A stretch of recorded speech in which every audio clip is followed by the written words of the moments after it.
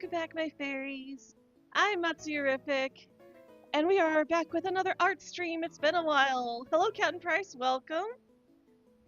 So, a little bit of background before I get into the actual drawing. I want to go ahead and explain what my thought process is going to be here. So, for the original designs that I've done of Kitty Noir and Monsieur Bug, those are my gender bent versions of Ladybug and Cat Noir. But what I did was I basically just took their original designs and just swapped their genders. Hello Noah, and hello Gamma the Cyborg, welcome. Yes, there's going to be a new season of Miraculous Ladybug. In fact, we're supposed to be getting new stuff next month. They've actually confirmed that, I think it was the 3rd or the 5th that we're getting the special. Yes, Lila's going to be the new villain, and her new name is supposedly Cerise. Gonna take some getting used to. But anyways, what I did with the originals was I basically just copied the original designs and just swapped their physical genders. Which, you know, I'm still happy with how that came out. Because it's, you know, the original designs are iconic, and it makes them a lot more recognizable. But I decided that for these redesigns, I wanted to at least try to make an attempt at making like my own designs for them. Hi Fishy, hi Meg, welcome to both of you. I've not heard anything about the new Miraculouses, but please no spoilers. We know some of that stuff already, but like I've not heard anything about those rings that you're mentioning. I'm assuming you're referring to Gabriel's rings, but she turned them back into the regular Miraculous, so if that's not what you're referring to, please no spoilers. I am doing everything I can to avoid spoilers, aside from reacting to you know, the trailers and stuff. So please no spoilers with leaks and stuff. So, but anyways, let's go ahead and get into this. So obviously I gotta start with Kitty, because it's Kitty, you know? She's iconic. She's Kitty Noir is more iconic than Monsieur Bug. I'm sorry. I love her to death. She's my favorite. I'm not ashamed to admit that. So let's start with Kitty. I'm gonna go ahead and turn this into a that layer. That's what you meant about Gabriel's rings. Yeah, we see at the end of season 5 that she turned the back into the regular Miraculous. Right. So we're just gonna start with a base. You have a Miraculous box in your dresser? Nice. I was able to pick up the majority of the Miraculous at a convention last year.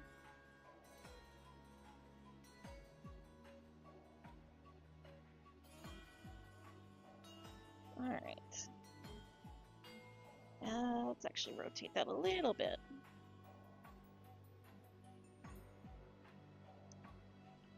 So, if you've never been to one of my art streams before, what we usually do is we start with like a sketch first.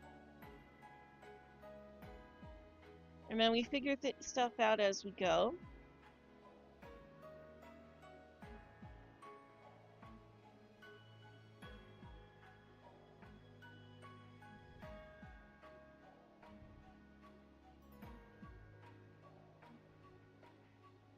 Currently I'm working on creating your own Miraculous. Nice!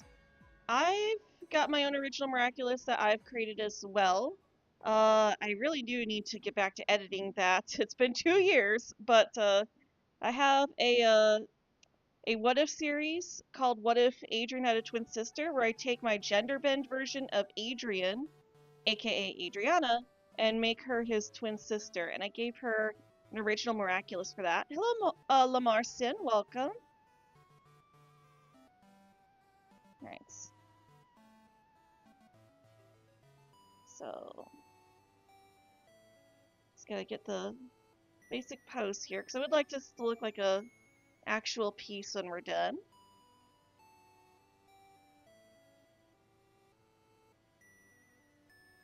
Alright, we'll shrink that down for now. And that next a little thick for my style.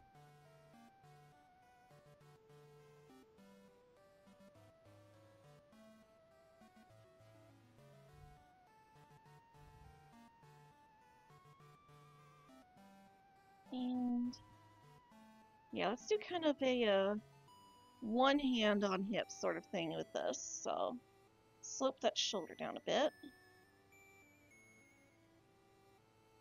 The two options are a shark pendant or a cheetah armband. You like my video? So thank you. Thank you. I am excited for season 6 to come out so I can start making season 6 videos.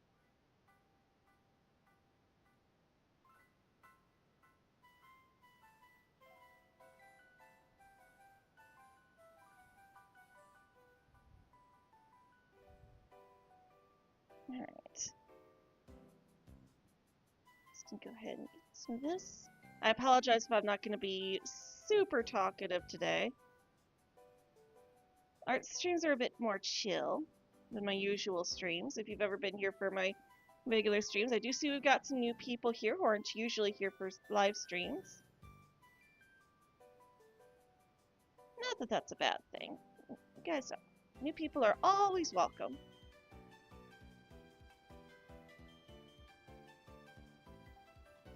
Hope Marinette doesn't stalk Adrian. Same. There's a little bit of concern with that first trailer, but hopefully it won't be as bad as it looks like it's going, like it was, because like she made such good progress. All right. So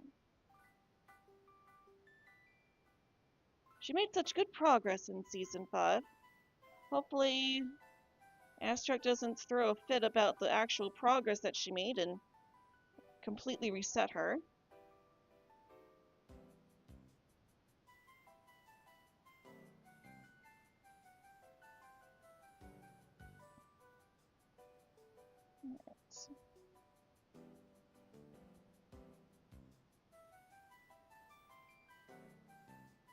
Oh, come on. Stop.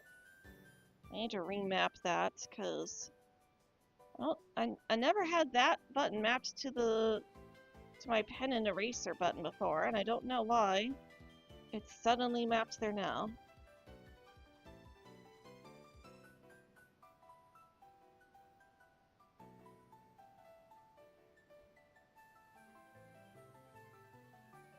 Alright. Don't want to make it too long. It is at an angle, so...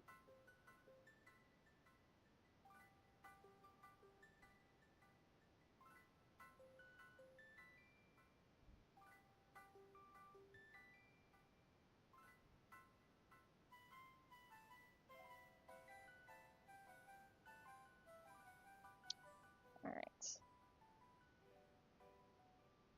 Make sure to add some muscle in there.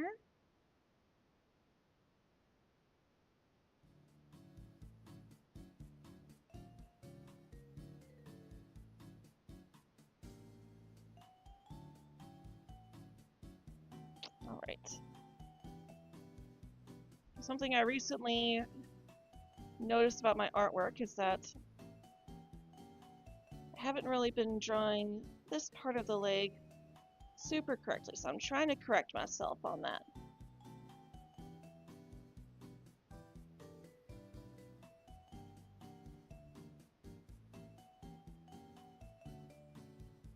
Which is why I always tell people, you know, I appreciate it if you enjoy my art.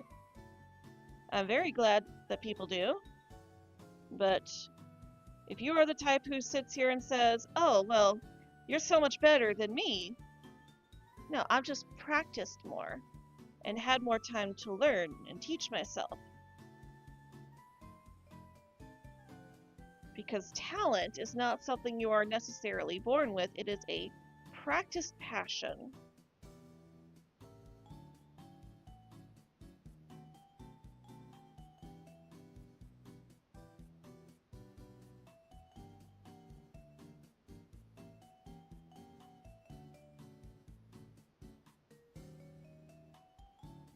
Let's get that at a bit more of an angle there. There we go.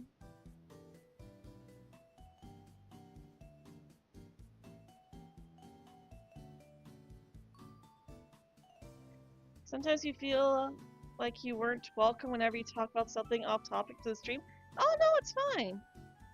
Sorry, I just missed your comment earlier. True fact, the English dub voice actor of Jigglypuff unfortunately passed away last month. Oh. Oh, that's sad. I'm sorry to hear that.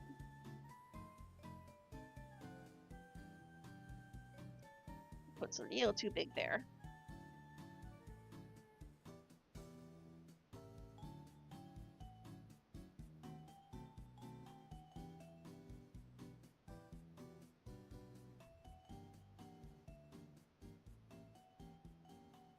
Yeah, I think that's good.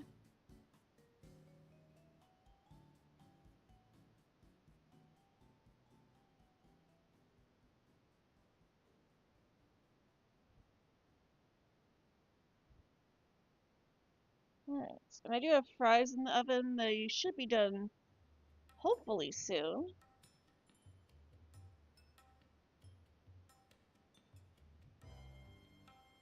But just a heads up, when they're done, I'm gonna need to get up and go get them.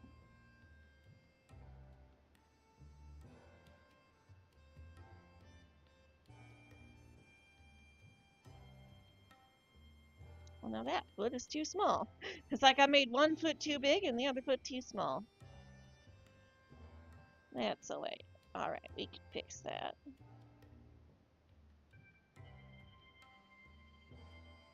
This is why we do sketches first. So we can take a nice long look at it and see if there's anything we need to fix.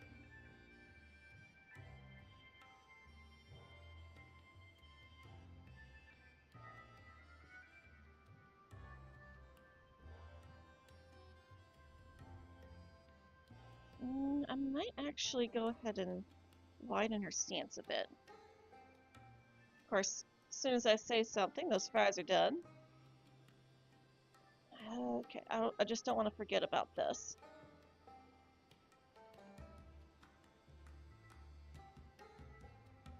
Alright, and now bring this in. I just don't want to lose my train of thought.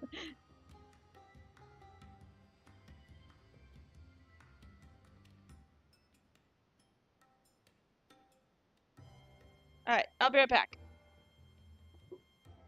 Be right back.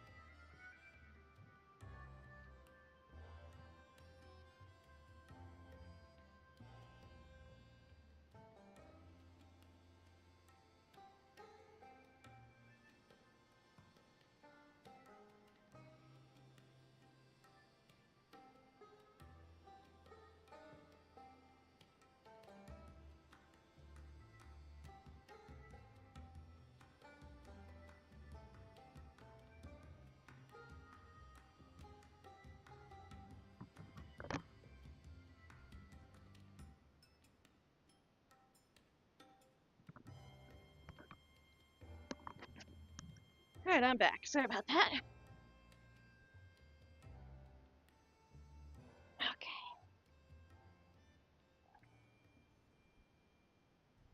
So you liked my impression of Jigglypuff last stream? Okay. I'm glad I was able to help you cope. Been working on a ton of sketches lately for the past few months. Nice. And hey, anyone can post art in the art channel on my Discord. So if you're in the Discord server, feel free to post your art there too. All right, I think this foot's still a little big.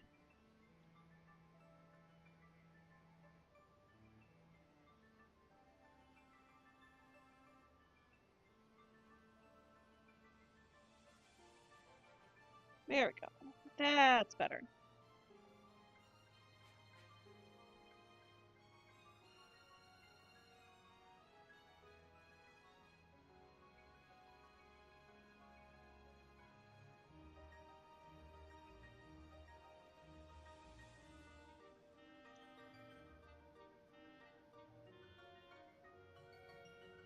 All right, that's probably gonna need to come in a bit more.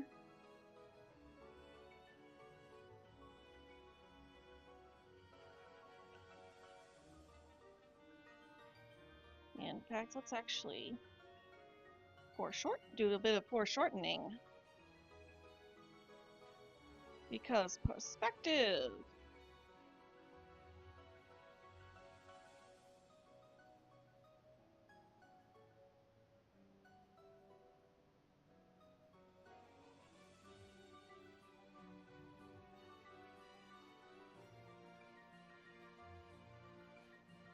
Whoops. That's not what I want to do.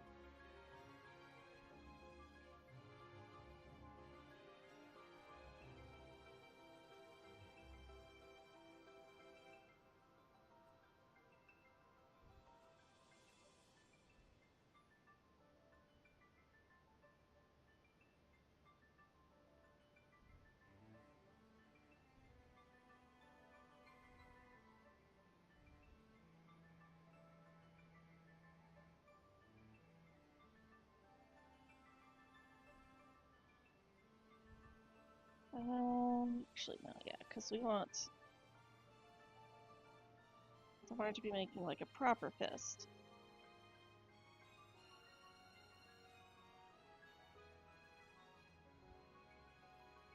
There we go.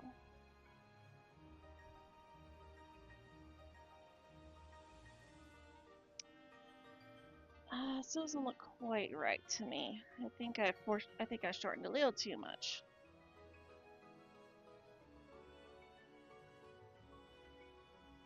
See, this is why we do sketches first.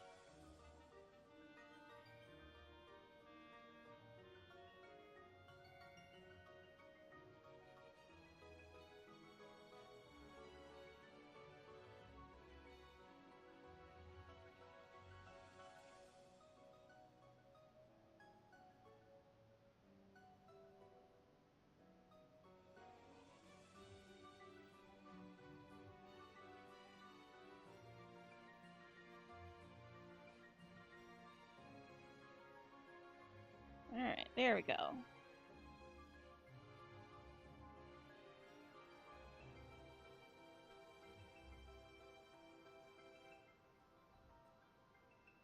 I am drawing Kitty Noir, but how I imagine she would look in Season 6 of Miraculous Ladybug.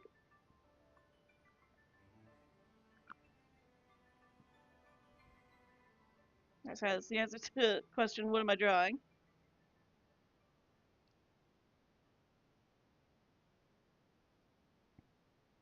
But yeah, also please don't spam, like Meg said. I am looking at chat, just I'm also looking at my canvas too, so.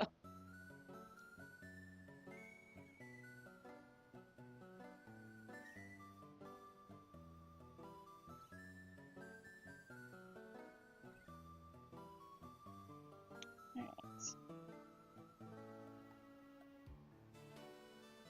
Let's actually go ahead and curve that in a little bit. There we go.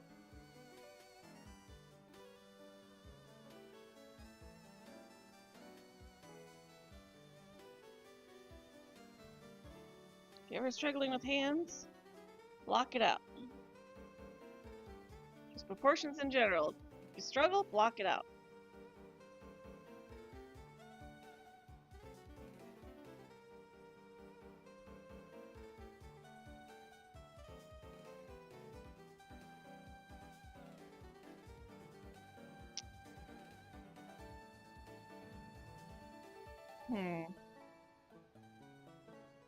Although now I'm having second thoughts about this pose. Maybe I should have her holding her arm up like that.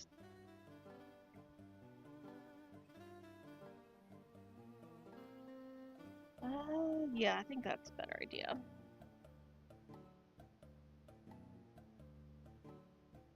I'll just go ahead and use the arm that I've already drawn.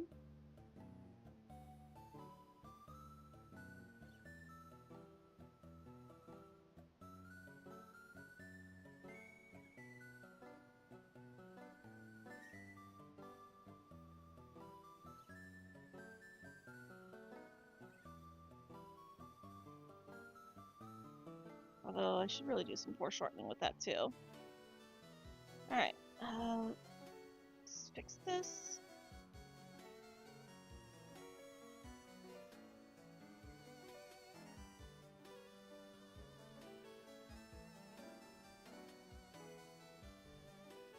Okay. That gives me the basic shape. Just want to fix this a little bit, so.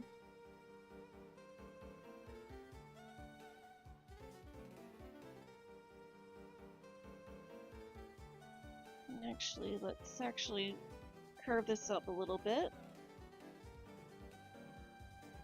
There we go. And we're gonna swap that hand around. In fact, let's actually go ahead and just swap this whole thing around. So that way this can be the hand where her ring is at. A little too short there, actually. Come on. Seriously, there we go.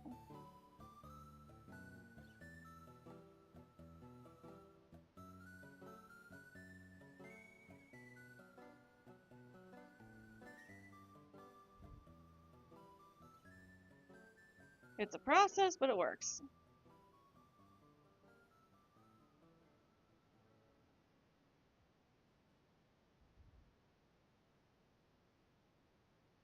You love Adrian as a girl? Oh, that's nice. Hello, Tice, welcome. Kitty Noir is in season 6. Do I think her costume would be more green than before? That's what we're gonna figure out today. Because I've not actually come up with any designs yet.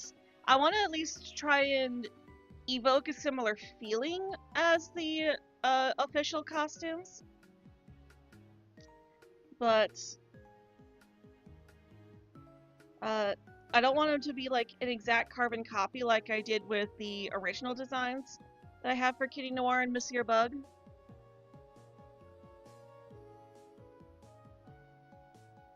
I'm glad you liked the idea of Adrian as a girl.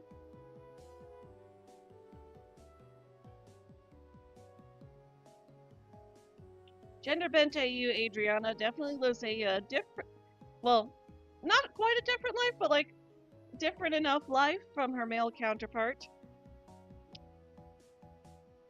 Gabriella is actually, believe it or not, more controlling as a woman than Gabriel is. If you look at the Ask Kitty Noir comics, she's not even allowed to play video games. She has to hide them. It's like, poor girl.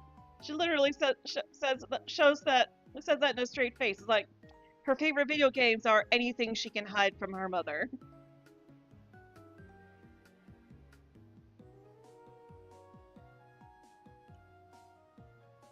Alright.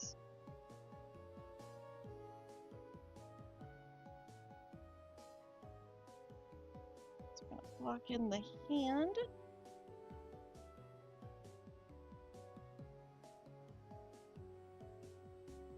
Alright. So obviously her thumb's gonna be over here.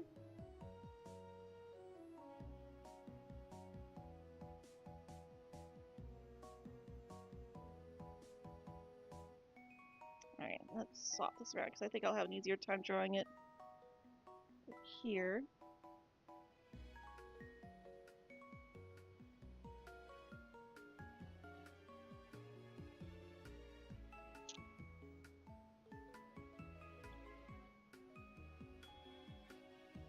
Let's start with the pinky.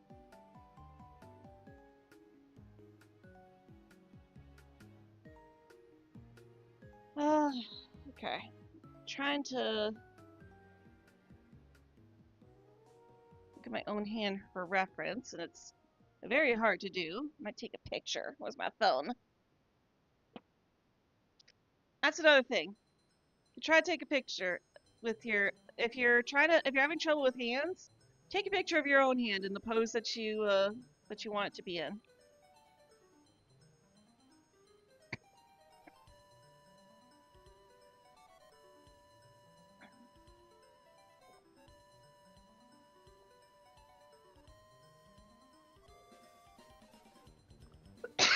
Excuse me.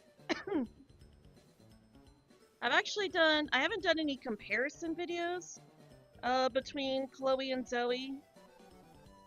I don't necessarily like to compare characters, especially when they're like that close to each other, or because they're very different characters. So I don't like comparing characters to each other that are very different from each other. Okay, yeah, I definitely need that was okay. I definitely needed that picture.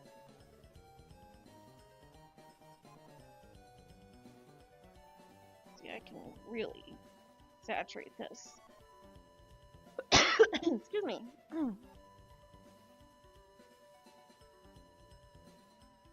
Sorry, choked on a fry there.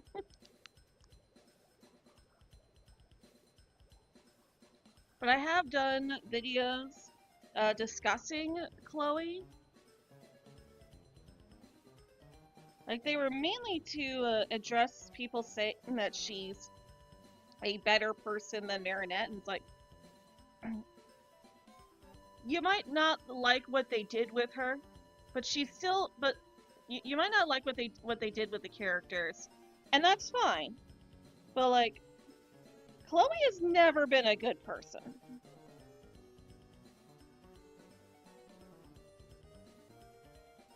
just gonna go ahead and erase that because that's throwing me off.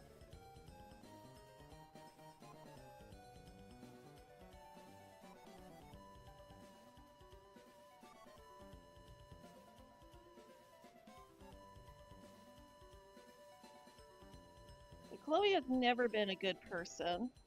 And like, there are some good themes there with the things that they did with her and Marinette.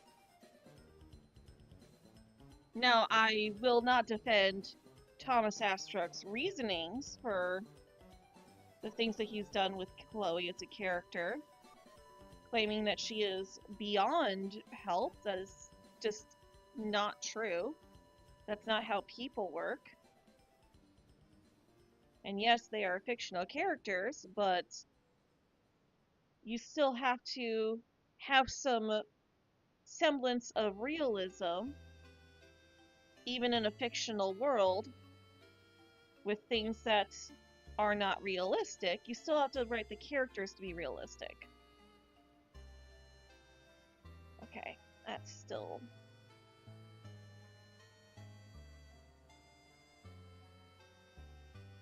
I just don't like how that turned out at all. Okay, start here.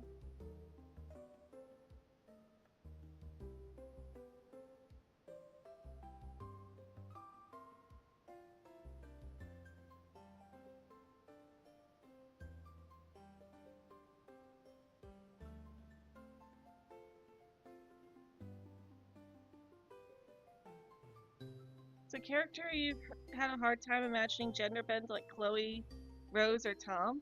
I actually have... I need to get back to shorts. But I actually do have some shorts with my gender bend of Chloe, aka Cole. I actually really like the one where Cole and Chloe are like It's just what if if those two met, would they get along or would they bicker and argue? Answer is they would bicker.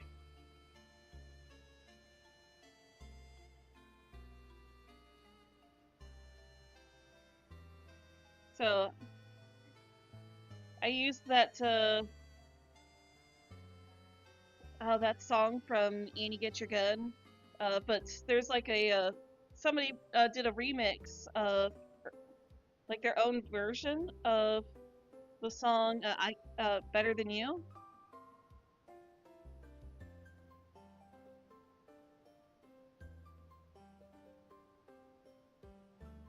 And that was like a really popular meme for a while there. It was people doing their own versions of that with different characters. So I'm like, you know what? This would very much be Chloe and Cole.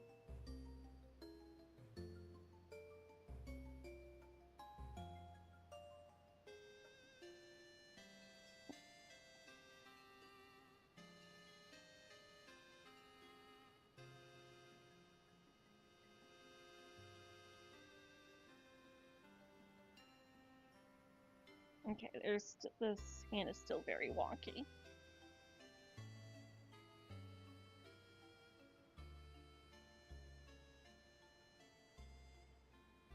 Why must hands be so hard?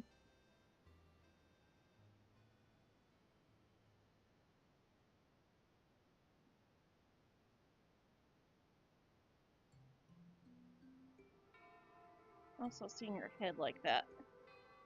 I need to fix that head.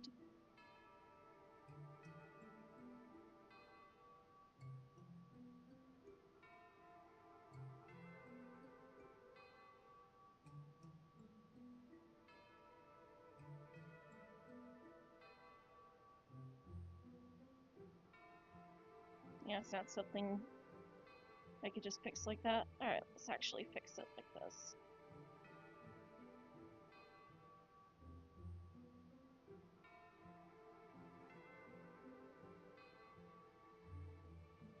There we go.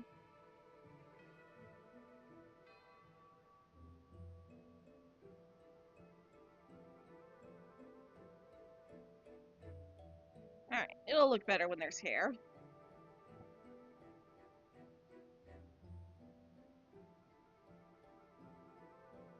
Trust the process, guys. Trust the process.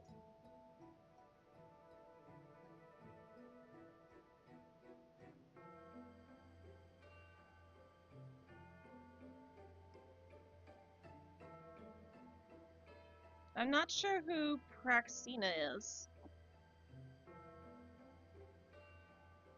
Trusting your opinions is the problem you've been facing all this time. Yeah, I've had a lot of people come at me about how Chloe is, how Marinette is still an awful character, despite, and that any development she gets is just them trying to force you to like her. It's like, let me tell you something. As a writer, I'm giving you this perspective as a writer. Your ideas of a character change all the time. They do. The idea you have for characters change. And it's not necessarily a bad thing. Heck, Dragon Ball, one of the most critically acclaimed animes of all time, and one of the most popular franchises out there, has had a lot of changes. The Cell Saga is one of the best uh, arcs in the Dragon Ball series, and it's not what Toriyama originally envisioned. He originally envisioned Dr. Gero would have been the main antagonist, and then his editor was like, well, it's like, oh, that's it? That's what you've been leading up to? An old man and a clown? So he created Android 1718. And then his editor again is like, but they're just teenagers. What? This isn't threatening at all. And then Toriyama created Cell. And even then, the editor was like, really? A bug man? And it was like, no, no, just wait. He gets a different form. So Lolly Rock villain? Oh, okay. Alright, well, I think that's a good base. Let's go ahead and merge that down.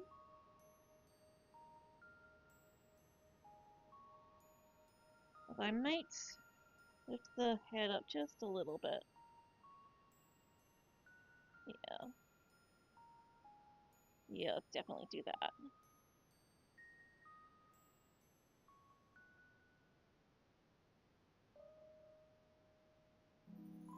Alright.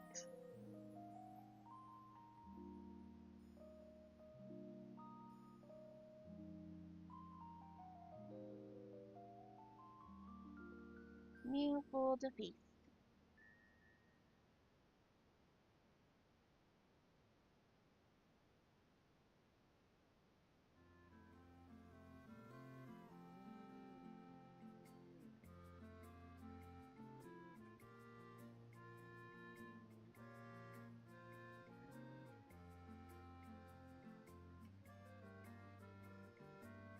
Give a nice little mischievous grin.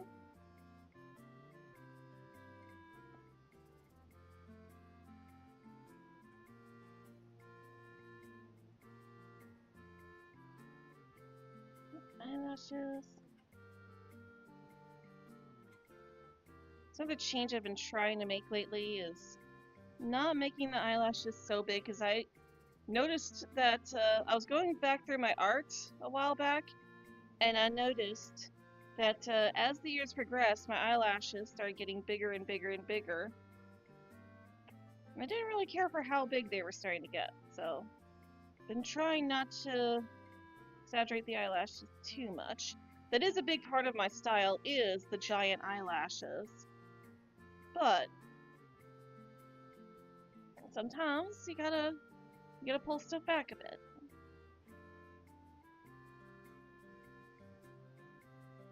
Asterix said there's a reason why Adrian's clothes didn't change, and you like the theory that it's because of his grief. I also like that, and like I've had that same similar thought, which I think I touched upon in my reaction video to the season 6 trailer. I am really hoping that the way that it goes is that Adrian doesn't want to change his clothes because, you know, he's remembering his dad, but then eventually decides that he needs to move on, and then asks Marinette to create him a new outfit. Because how adorable would that be that he starts wearing clothes that Marinette made for him?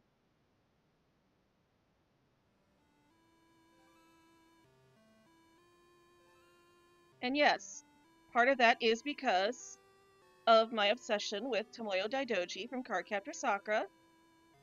I love Tomoyo.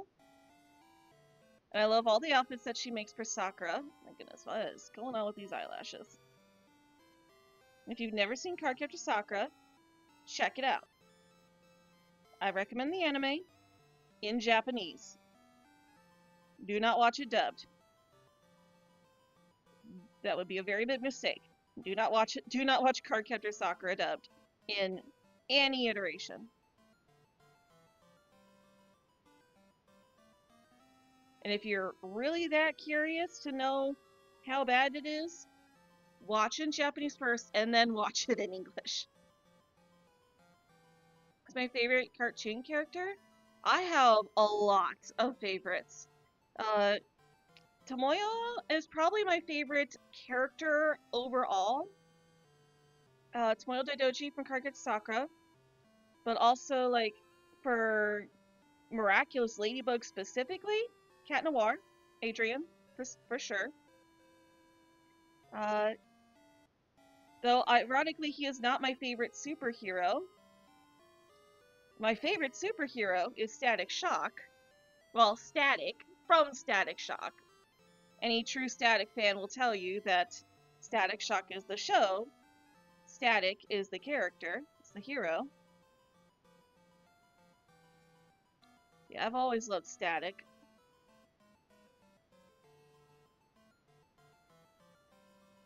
Alright, so now that that's done, let's go ahead and get the mask lines. Now the masks that for season 6 are still the same shapes as before. So we can use the same shape as always.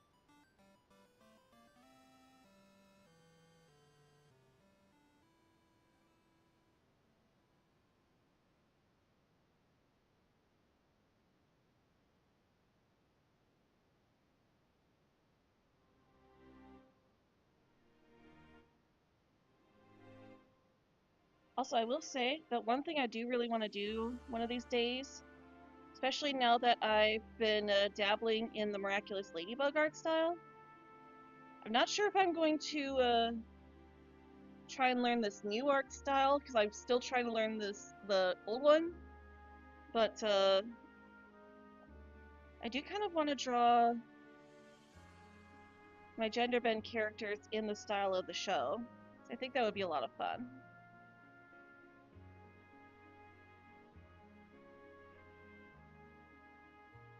Alright. So now,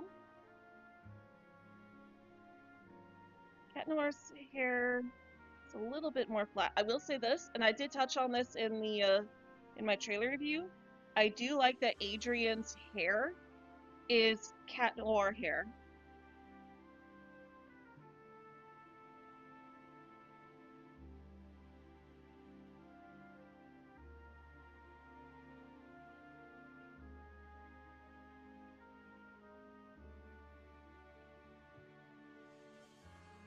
Alright.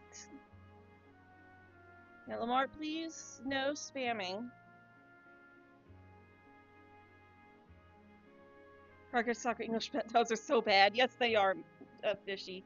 Yes, they are.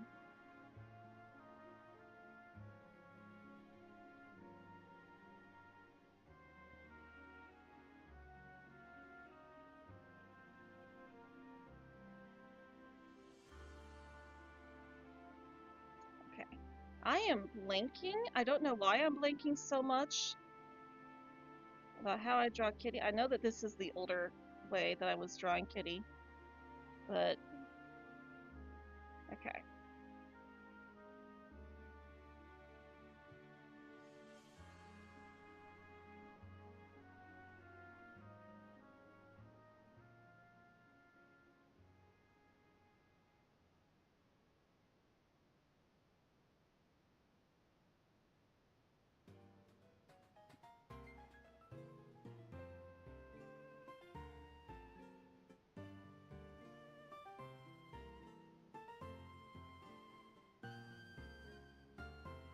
Of course, I also have to keep reminding myself this isn't the way I normally draw her. I have to come up with something new.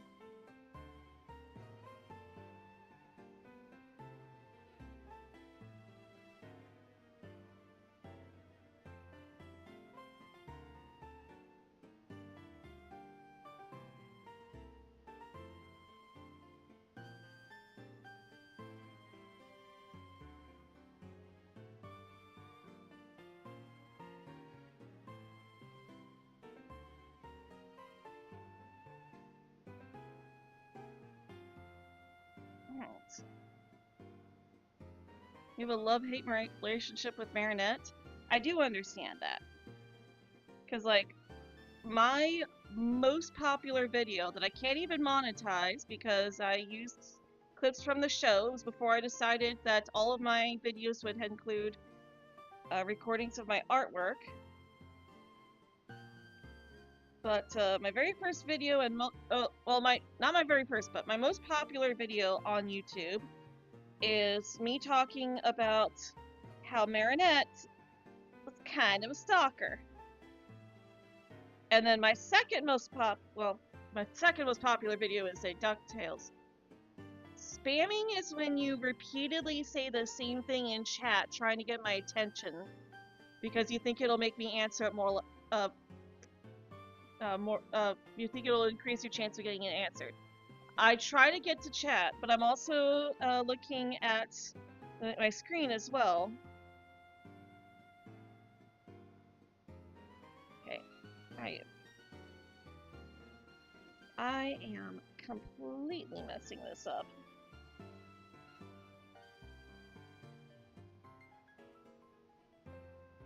Yeah, it's fine to ask questions, but please only ask once.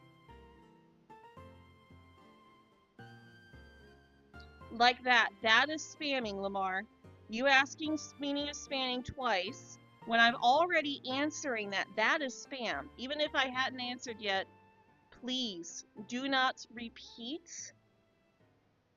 If I didn't get to it and your message is no longer on the screen, then you can ask again. But please do not spam. I'm giving you the benefit of the doubt to assume that you actually don't know what spamming means. But this is your last warning. Or else Meg will be putting you on a timeout.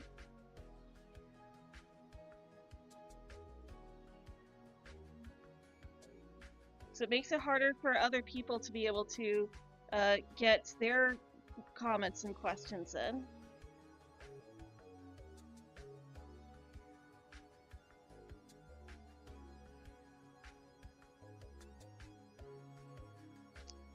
Oh, it's at a bit of a... Let's actually just draw that out really quick.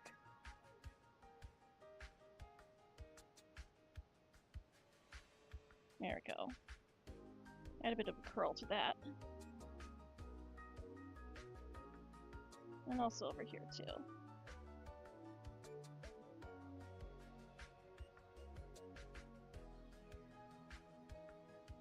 Gosh, I love her long hair.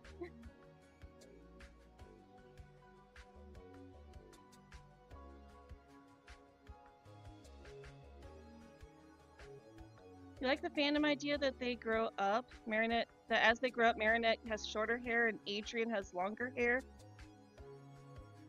Yeah, I like the idea of Marinette having more of a bun as an adult. Like short hair Marinette, I think would be cute, but also like imagine Marinette wearing a bun all the time. Like we've seen her with a bun in the show already. Alright, go ahead and erase the under part of the face.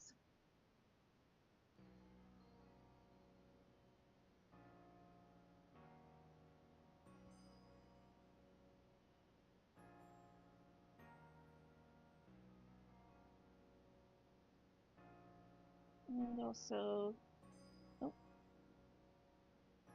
I have that on the wrong layer!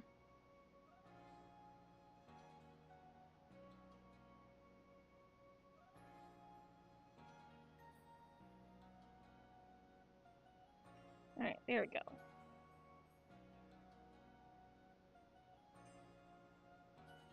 So I think I can go ahead and merge that down.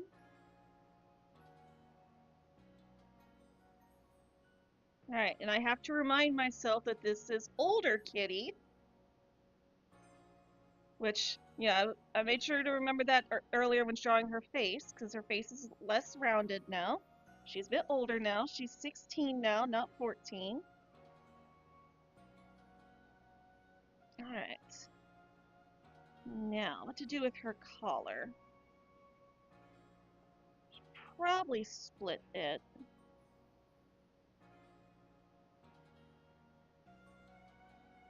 Yeah, we can do the split, because Season 6 Cat Noir has the split, too.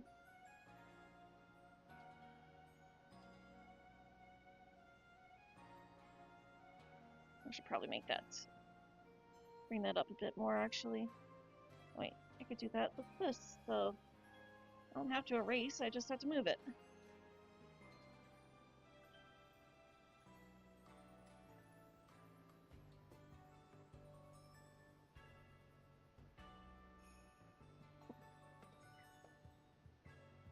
Better see now than half an hour? Wrong layout. No, this is the right layout. You think it'd be better if Marinette was 16? Well, she will be in this new series. Or in this new season, not series. They are 16 years old. There is a 2-year time skip between seasons 5 and 6. Which is why they are getting new outfits and everything.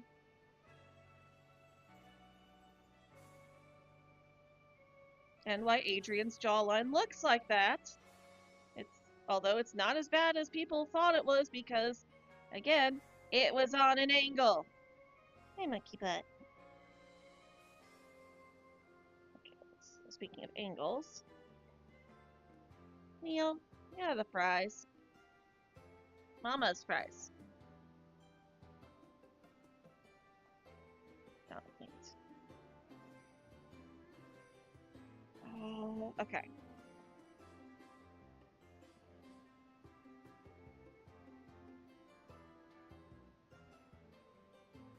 Leo. Hey.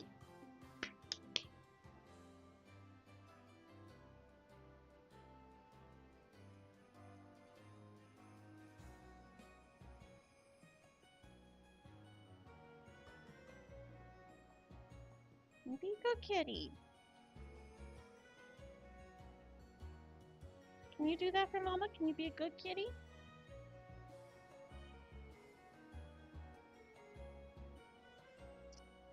Okay. That's not what I wanted. Okay. Starting over.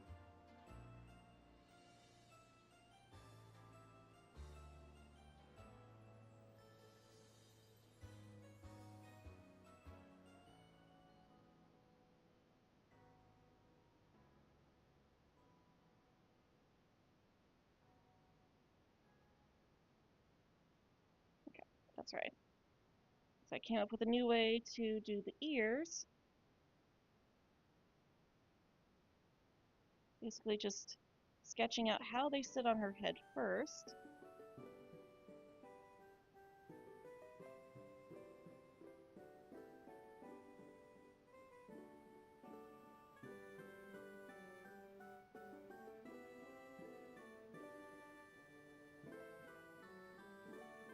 Okay.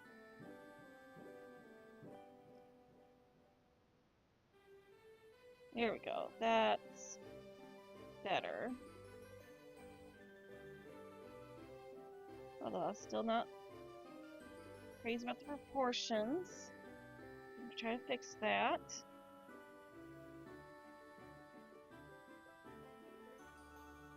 And the angle.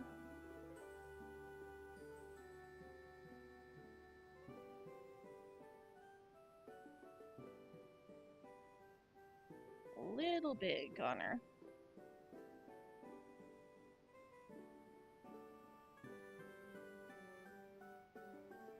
There we go. One last thing. I want to curve this out a little bit more.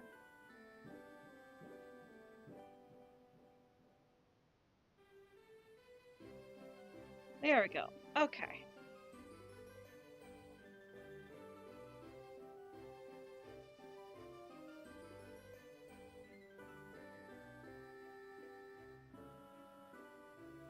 And there's her ears.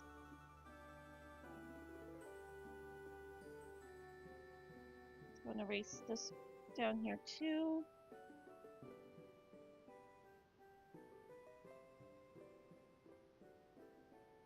Alright. Bell. I'm so glad Cat Noir keeps his bell.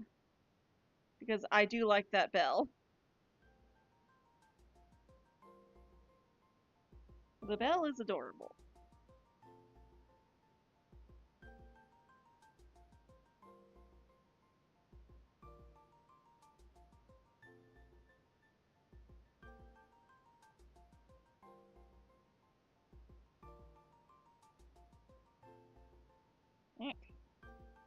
Wrong size.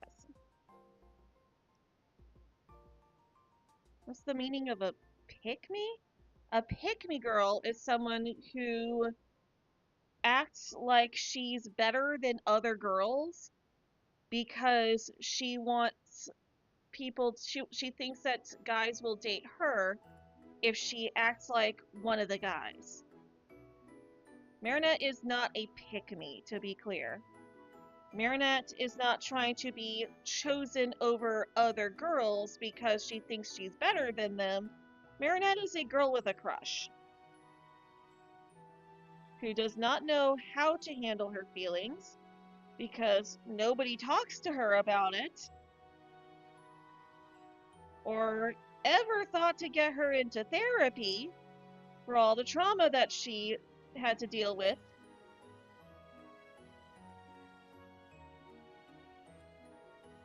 Marinette X therapy needs to happen.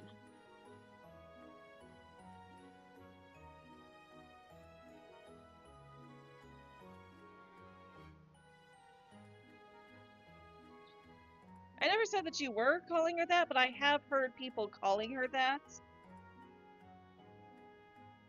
And she is very much not a pick-me. Now, I forgot to erase this part of her hair when doing the ears. There we go. Shouldn't be seeing the hair underneath of her ears. Or, well, behind her ears. You can see this part of her hair.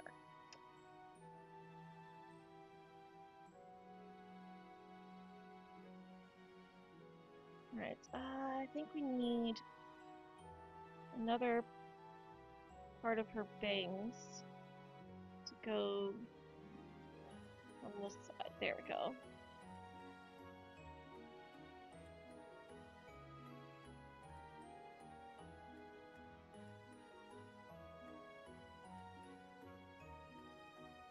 Yeah, a lot of people really like to throw around words to try and claim that Marinette is just the worst character in all of creation. It's like, it's very much not true. And a lot of these words that people use don't even apply to her. Yes, she definitely had a lot of stalker behavior. But that is not to say that she is a bad person or a bad character.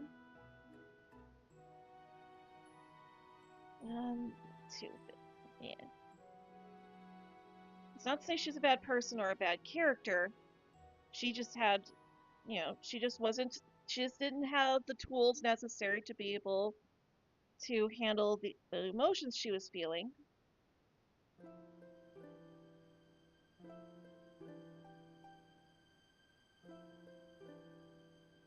And I've heard people say, oh, well, she's a Mary Sue. She is very much not a Mary Sue.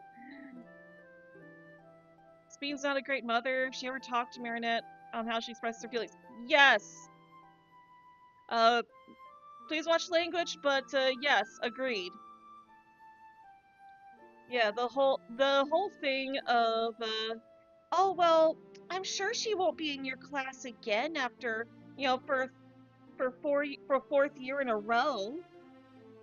That's not how you handle that. You don't just tell them, oh well, it'll be better next year when your bully is no longer in your class. Whoops, your bully is in your class again. Oh well. Like, your daughter does not want to go to school because her school life is miserable thanks to Chloe. You need to take responsibility as a parent to ensure that your child is safe. I don't care that she's technically a teenager, she is still a child. It's a parent's job to make sure their child is safe. Alright. Now, I think Cat Noir had a crisscross belt, and I kind of want to keep that in.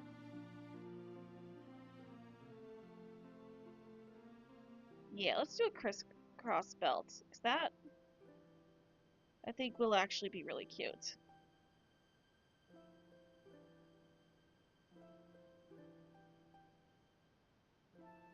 Like, Marinette makes mistakes, and she does own up to them when she makes them.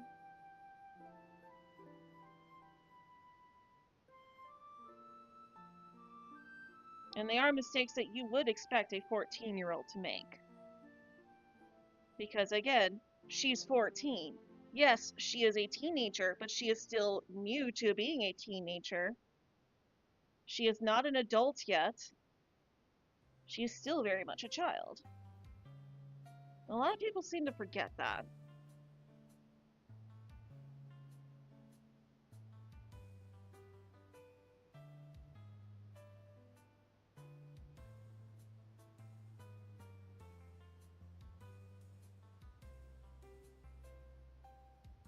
actually bring that up here. Just so I can see how this works. Okay.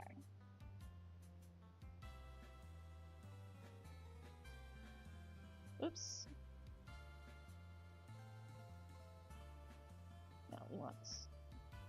Right, it's this part. There we go.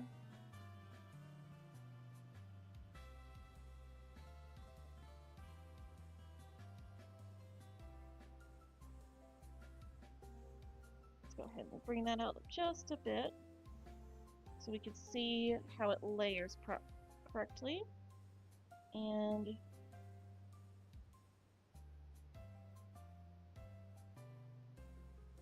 there we go, because that needs to be layered on top of that.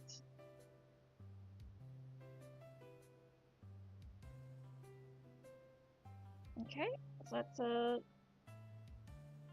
let's actually bring that up a little bit more.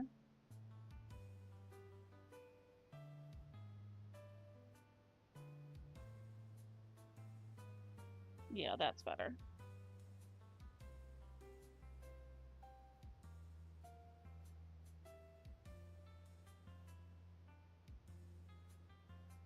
Really wish it would stop doing that.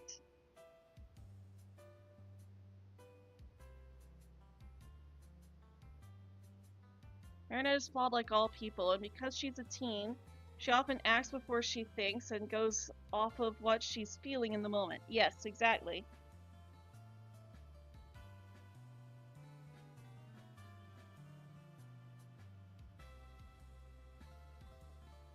But I will say this, and again, this is a point to her character. When her mistakes harm somebody else, whether it's their feelings, if she gets somebody akumatized, even if they're not getting akumatized, if she causes harm through her mistakes, she always feels bad about it and does what she can to fix what she messed up. And that is what's really important. And that's the big difference between her and Chloe, is the intent and the feeling afterwards. Chloe only has one moment in the entire show, and honestly, I think it would be better if she just didn't have that moment. I think a lot of what goes on in the later seasons would have been better off if we didn't have this one scene. But I think that it would have been better if she didn't have that one moment where she apologized to Miss Bustier for getting her akumatized and ruining her birthday. Now, to Miss Bustier's credit, I feel like that actually helps Miss Bustier's character in that she sees the good in Chloe and is willing to give her a chance. So, like, it's not terrible that it's there. I think it would be better for Chloe's character, but for the other characters who actually tried to reach out to her and give her a chance, that was their moment to say, hey, look at Chloe showing actual remorse for her actions. There might be some hope in there. But for Chloe's character specifically, I think it would have been better if she didn't have that moment where she apologized to Miss Bustier. Because that was the moment that showed that, hey, she could actually be redeemed. And if they hadn't put that part in, I feel like her betrayal at the end of season 3 would have been a lot better received, because we wouldn't have had that hope given to us.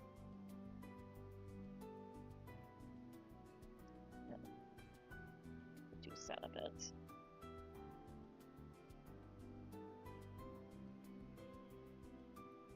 Zombies is great. Would be better if it wasn't retconned. Yeah, that's what I'm saying. Like, I think it's good for everybody else's character, because it explains why they're willing to trust her so much. I'll make those legs a bit longer. But for Chloe's character specifically, I feel like it serves more of a detriment than anything else.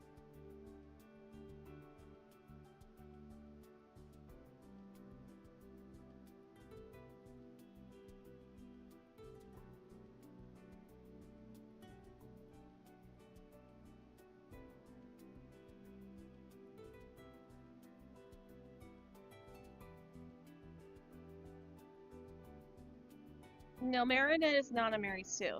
A Mary Sue is a character who is 100% perfect, and a Mary Sue would not get bullied because everybody loves them. Marinette is not loved by everybody. She has a lot of friends, but that is because she is kind to them. A Mary Sue, there's no reason for people to be in love with her other than the fact that she's the main character. She's just that perfect, that good. There are some moments where I think the show does give the appearance that she might be a Mary Sue.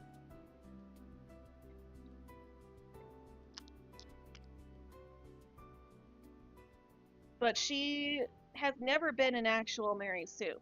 She has powers that are quite similar to what you would expect of a Mary Sue, but even Ladybug makes mistakes and fails sometimes. The crisscross bell is cool, thank you.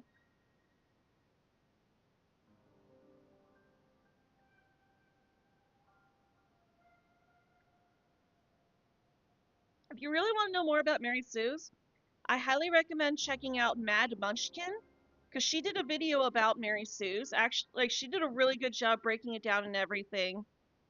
And also, we kind of reference her in our Caged 8 series, because we got Mary Sue, the Pokemon. Alright. I need to figure out details for this costume. I'm very happy that Cat Noir got rid of the... Actually, no, I think he does still have the wrist guards. Oh, yeah, Cat Noir does have the wrist guards. Dang it. He has the wrist guards in the new season, in the new design. I don't know if I want to do the wrist guards.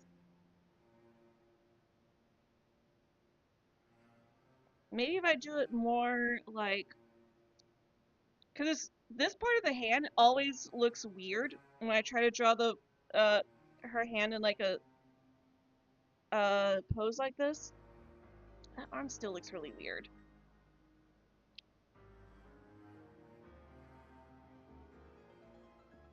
Nope, wrong tool.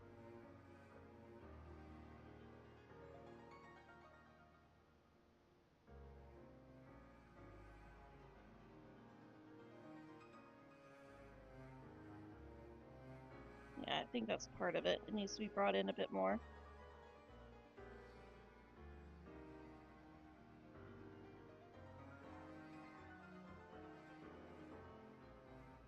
Yeah, that's much better.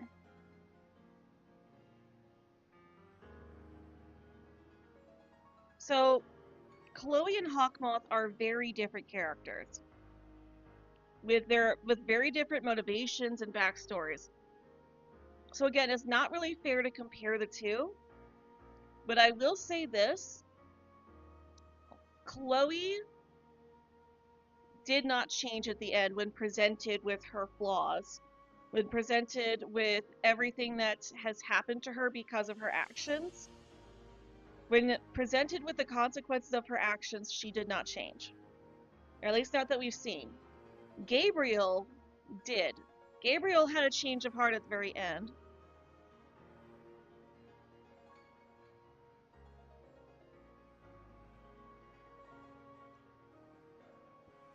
Just have the chill stream.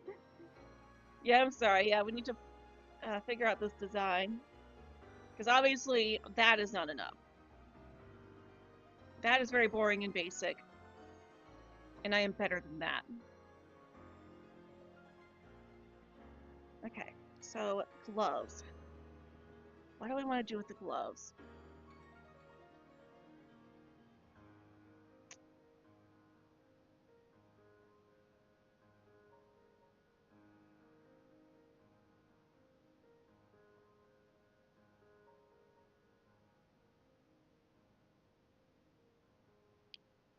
Kind of thinking...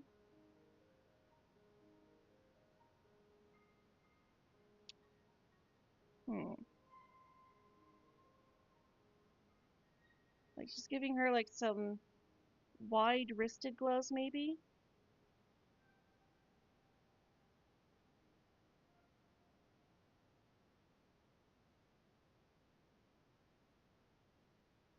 Yeah, I think we go with some wide-wristed gloves that flare out more towards the outside of the arm than the inside.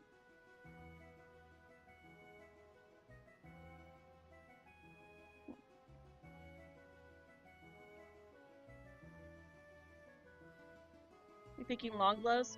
I don't want to make them too long because I still want to give off the same vibe as Cat Noir's wrist guards.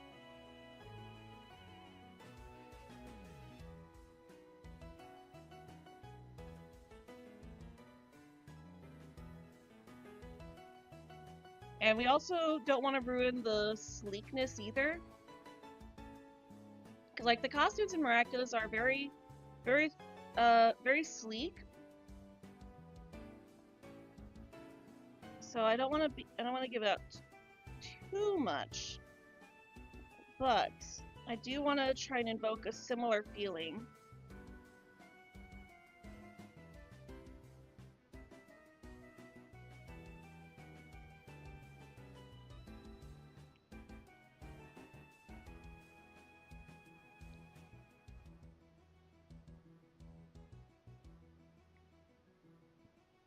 Yeah, I do apologize about that, you guys.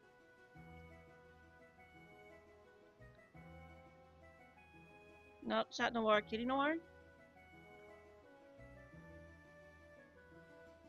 No, I know. I know you were talking about the design. What I was saying is that I don't want to I want it to be its own design, but I don't want it to be so completely different from the canon Chat Noir design that it's unrecognizable.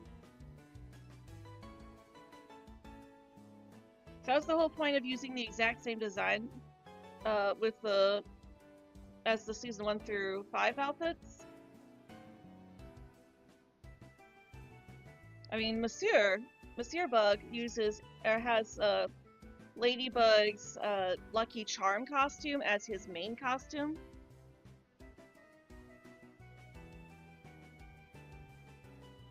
Yeah, we want to be nice and chill here.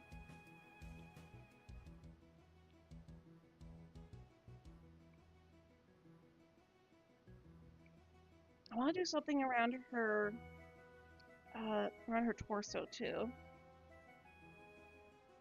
Something with her shoulders.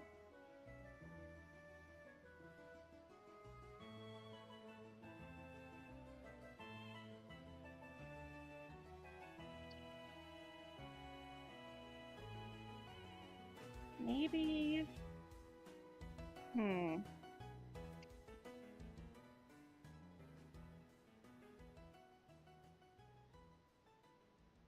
Maybe if we do something kind of like this. It's kind of reminiscent of the seasons 1 through 5 outfit.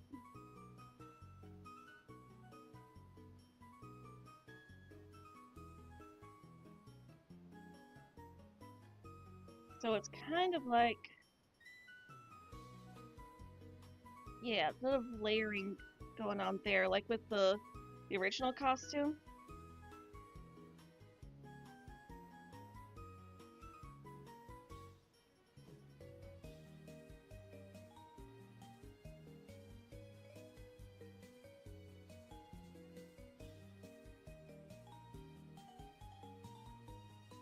Let's see here. Yeah, I think I do want to curve that way.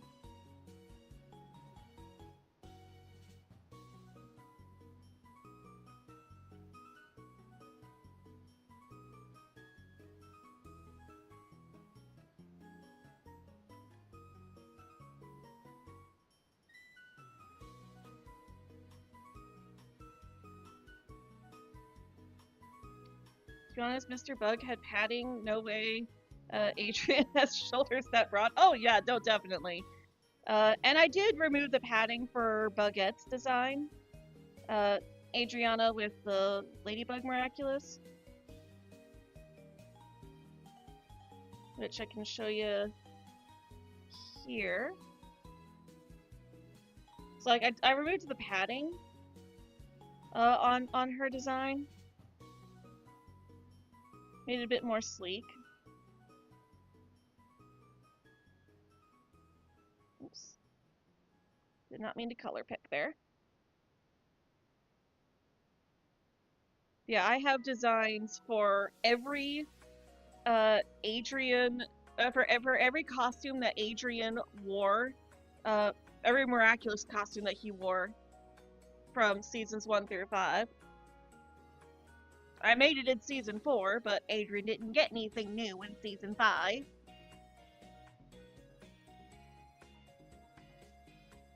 Because rude.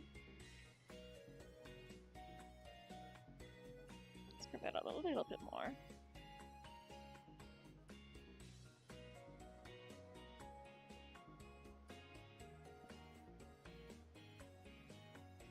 Alright. Let's lock that in. Actually,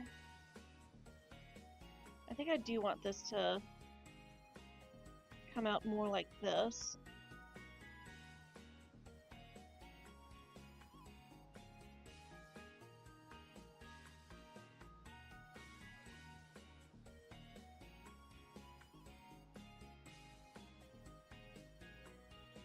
Got a curve there.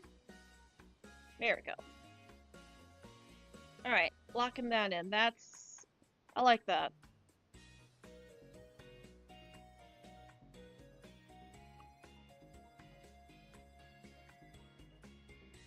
I want to do anything with the torso, because this is one of the things that made me decide to change the design. Because in the new Cat Noir design, he has these belt pieces that come across his torso, right under his chest. But if you're drawing that on a female character, that comes out like that, and I did not want it to look the way that you could probably imagine it would look. Because, like, the point is to turn Cat Noir into a girl. The point is not to sexualize Cat Noir as a girl.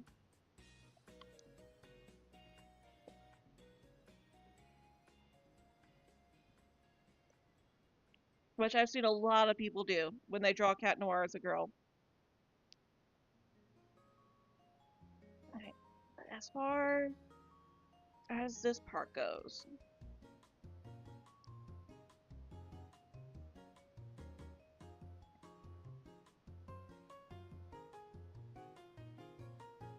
maybe if we do,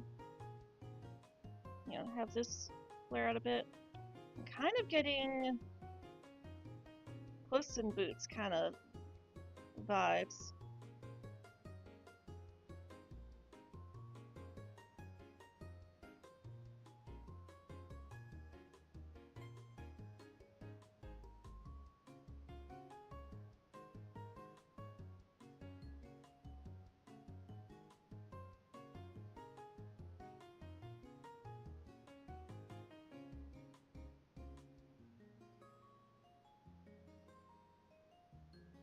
Like Puss in Boots, Zorro kind of thing.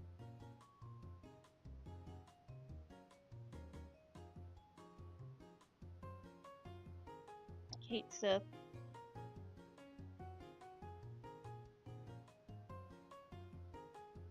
I still want to have the bulge on them.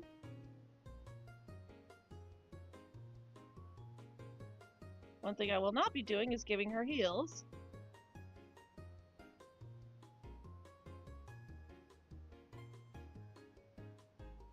They don't really fit her character. They fit Kitty Wrath, because Kitty Wrath is going through that rebellious forget you, Mom phase of her life.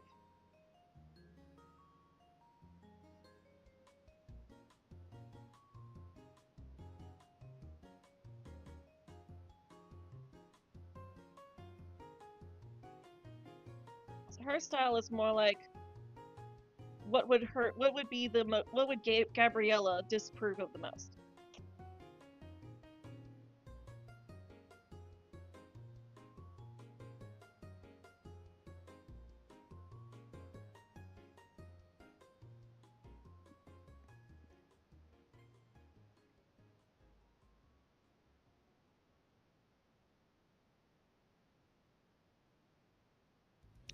Now, let's. I will. Sure, boots have laces. Uh, I don't think that's gonna really work with this. I'm trying to decide if I want to have any kind of like point to them.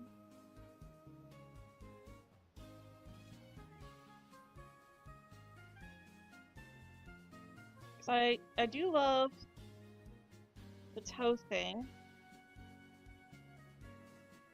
Because it's like a pop. Aw. You know what? Yeah, I do kind of like that.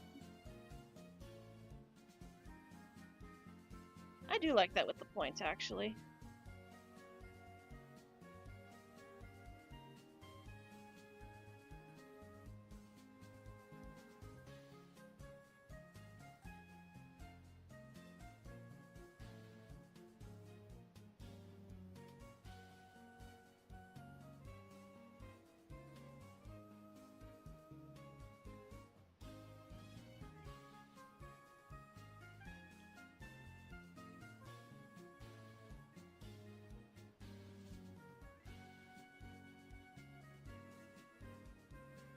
Yeah, I do like that with a little bit of a point to it. I like that. Okay.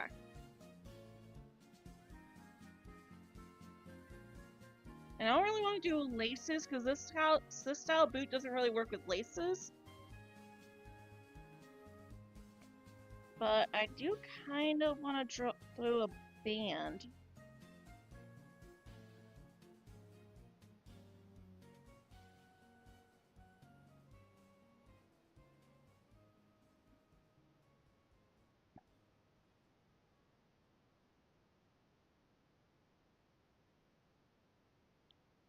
Yeah, I like that. Okay.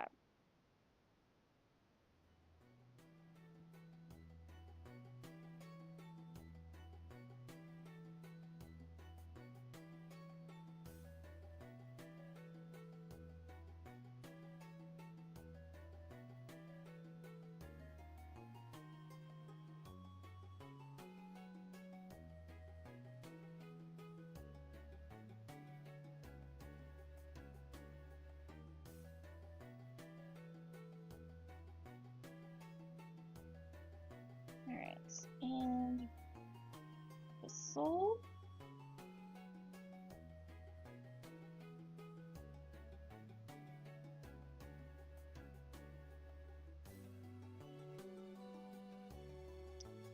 Yeah, I like that.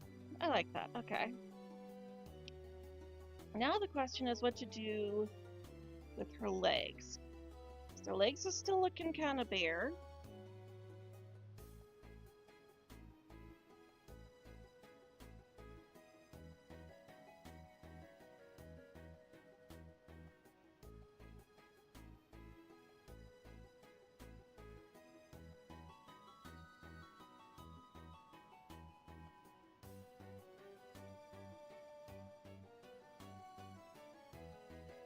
Hmm.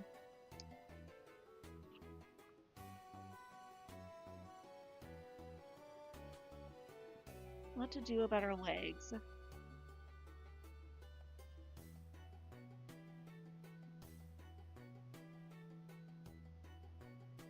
Because I kind of don't want this to be the only bit of quote unquote layering. Is she among the Miraculous that she's worn? Which ones has she worn? So these are just, you know, everything that Adrian has worn in the show, but gender bent. And I imagine, you know, she's probably worn the, you know, the same ones. Though for the Ask Kitty Noir comic, basically everything up until the start of the comic is the same.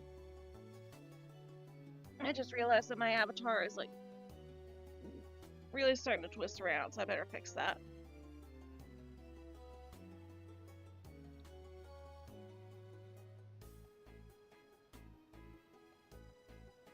There we go. That should look a bit better.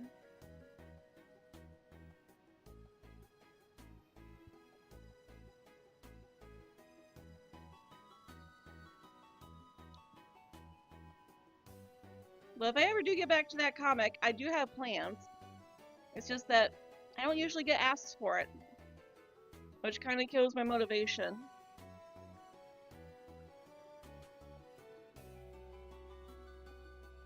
It's like I have ideas for storylines.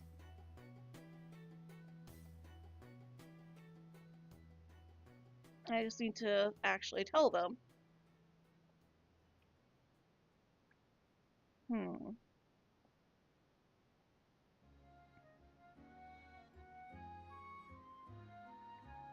Maybe if we try doing this, let's actually have some detailing that goes to the sides, so it's like kind of like a scene. And then once it reaches her legs,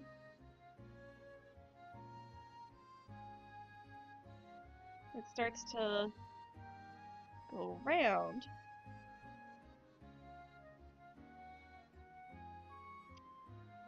And just for the sake of getting that out, okay. So you won't be able to see it here.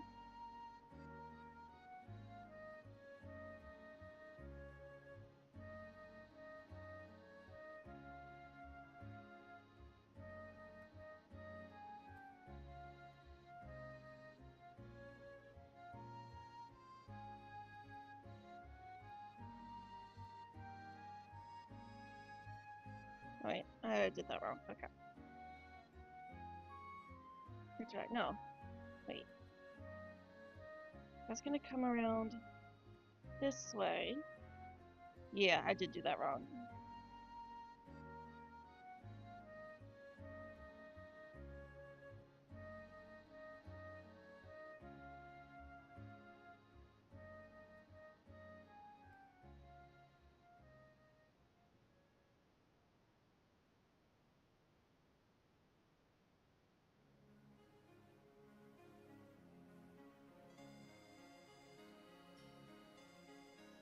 So yeah, we have that go around like that.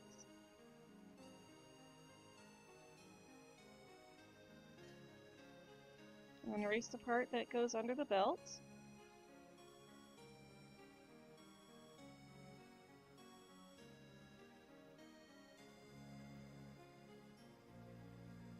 Yeah, it's a nice way of adding some detailing. It doesn't throw off the entire vibe of the costume. So those sections will still be the same colors.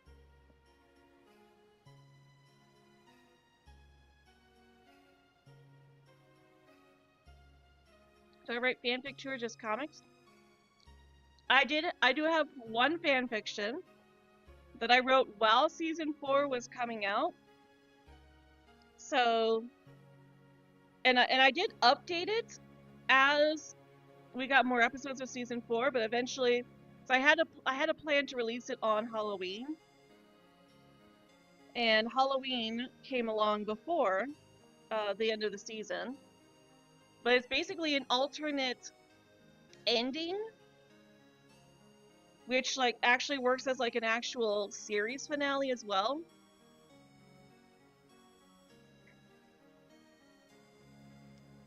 And believe it or not,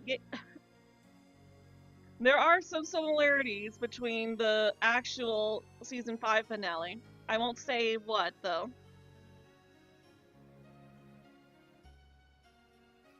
But some stuff I predicted. There were some things that I predicted before that, like that I predicted in season 4 that are kind of hard to say that are kind of hard to claim that I predicted them, Because, like, you guys don't know if I'm telling the truth or not. If I actually had that written before.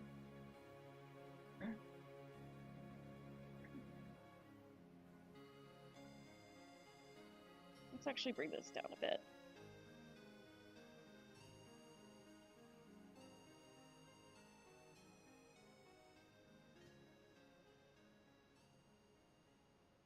Alright. What are you guys' thoughts about this design? Let me know if there's anything that you think I should change. This is your chance for feedback.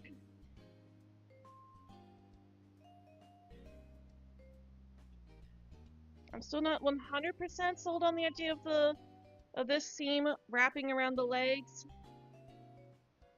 But I do like how it looks on her torso at the very least.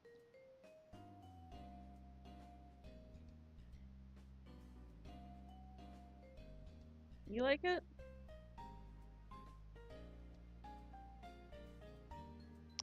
I think we should add the bands on her gloves.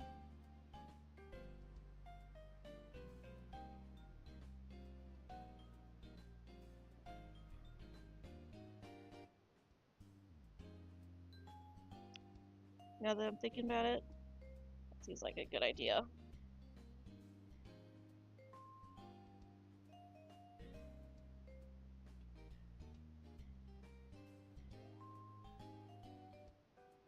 Help them tie in with her boots.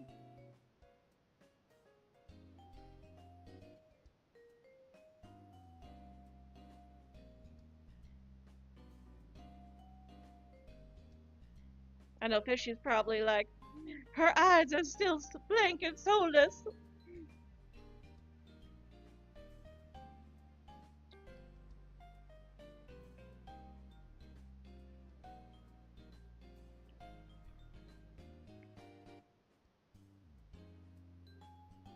Although, looking at this now, I'm kind of thinking, get rid of this.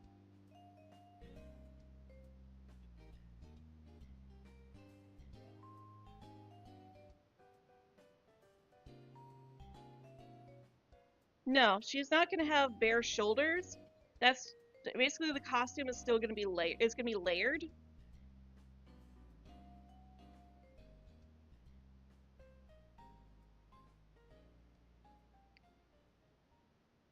It's still sketch face. Okay. I'm still not sold on the leg wraparound thing. I think I'm going to just make that be a seam.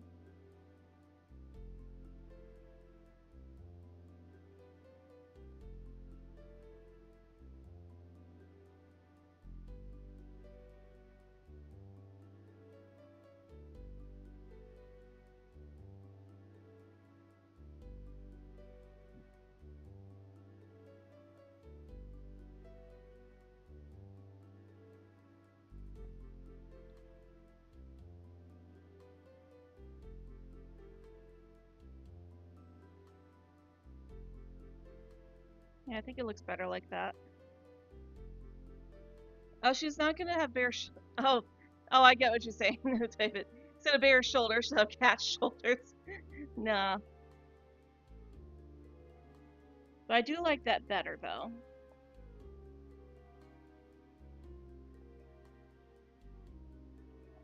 Wrap isn't symmetrical is the issue. Yeah, I just don't really care for the wrap itself, and I think it's going to be really hard to draw in the future. So that's another thing that you have to think about. It's not just what looks good, but what are you going to be able to draw again and again and again and again?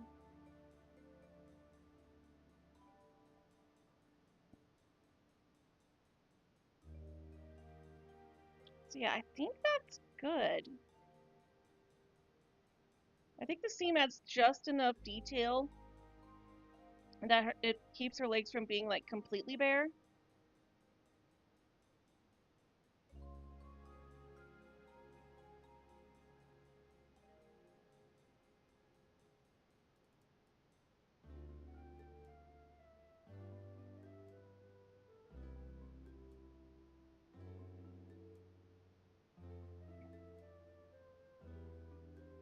Alright, let's actually draw in now.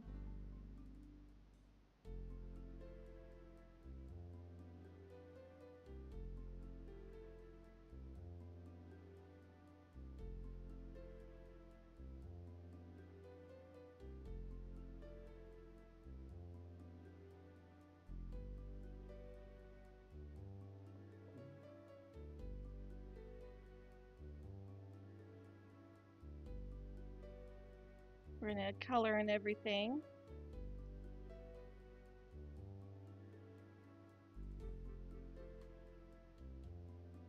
Even though this is really just a design, I still want to see how it looks with colors.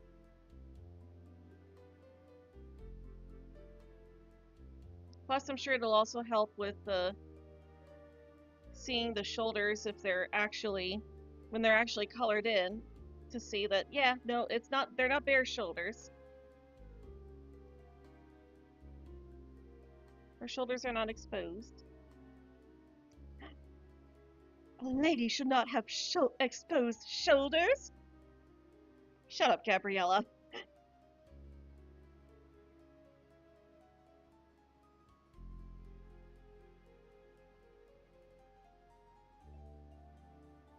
Yeah, that's the thing about Gabriella, is that she's more controlling than Gabriel, because she has this thing about you must be Adriana must be a proper lady. It's like she has to be a proper lady, and like she'll openly criticize Kitty Noir. It's like,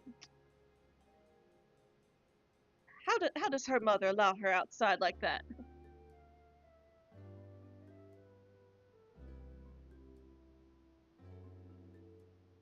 Oh yeah, I almost forgot her belt. Oh my gosh.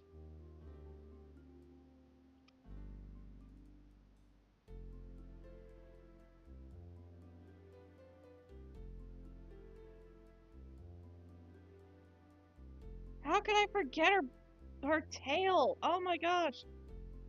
What is wrong with me?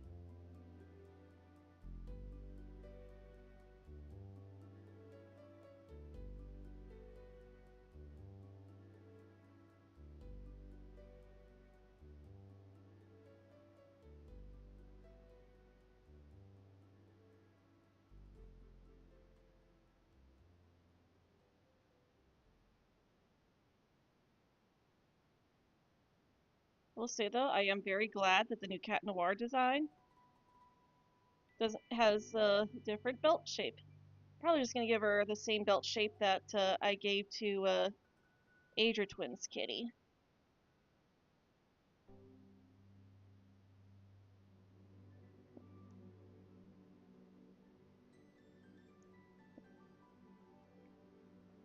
Gabrielle sounds like British high society. Well, not far off.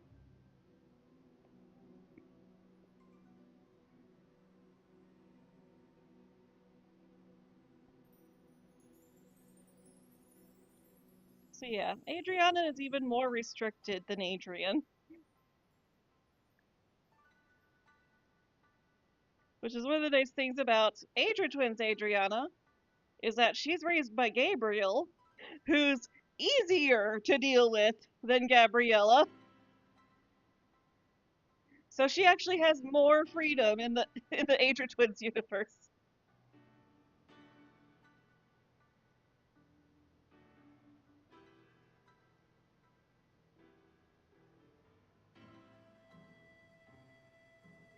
Which, if you're curious how that works, they want, it's like in this unit, in the Adra Twins universe, they wanted they knew that they wanted to have 2 children.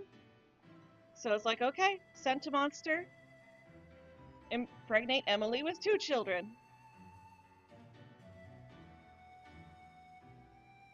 It's like, okay, she has twins.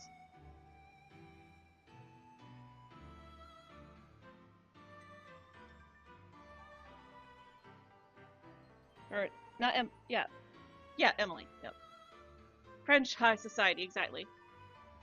I was about to correct myself, like, no, Emile, not Emily. Wait, no, this is Emily. Emil is my name for male Emily. So, Adriana in the gender bent universe, her father was named Emil.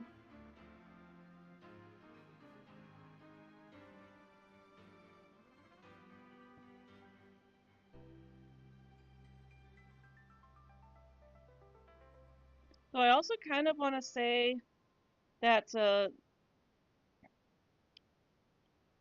gender bent Adriana isn't a Senti, and that the problem was Emily unable to carry children, but Gabriella was able to. Because that would make sense, I think. Well, actually, no, I don't know if it would make sense or not. If, well, I was going to say it would make sense if the issue was that Emily and Amelie were infertile, and that was why they weren't able to have children.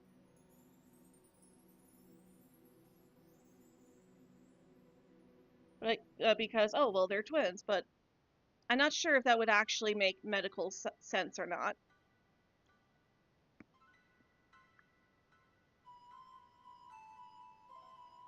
I mean, that might be what they were going for regardless.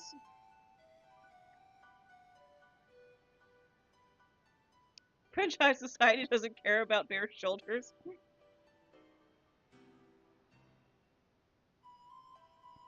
Well, I think that she was more like, oh, well, it was more about how, oh, she's not British high society, she's French high society.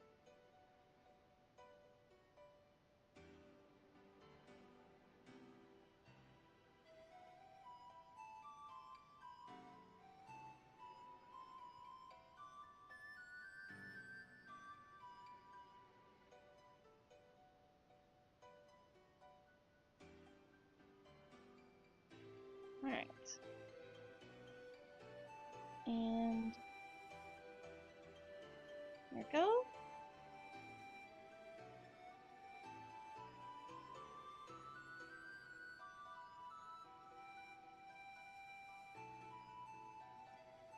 Oh, what? I thought I merged that down. Come on. Merge down. Thank you.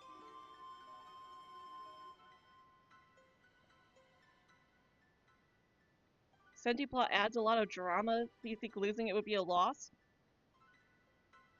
I don't really like the whole thing with Adrian being a senti monster or a senti being because it makes it basically changes the whole thing with Gabriel being a controlling parent, because instead of Gabriel just simply being a controlling parent that uh, conditioned Adrian to listen to him anytime he gave him an order, which happens to real children. There are actual kids out there who have parents that are so controlling that they're just conditioned to do everything their parents say, regardless if the kid consents to it or not. I personally feel that making Adrian a senti being lessens that a bit.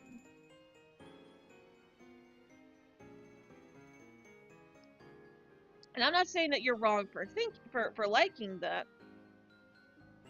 Nobody is wrong for liking something. That's just my personal take on it.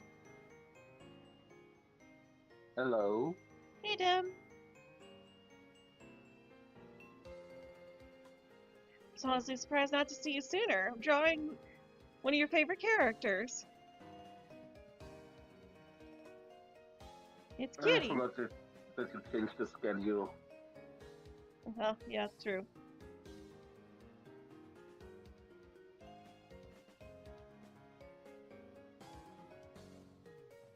And I'm not always going to be doing the early streams on Sundays. I was honestly debating for a while if I was even going to.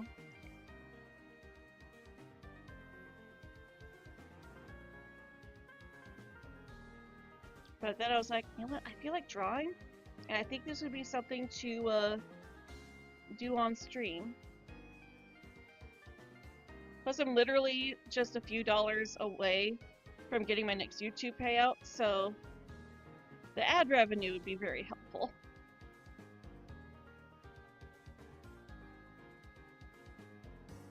Which, to be clear, is not me sitting here saying, oh, well, you guys should donate to me because I need money. Because I don't believe in doing that. I just want to make that clear. I will never try to pressure anybody into giving me money.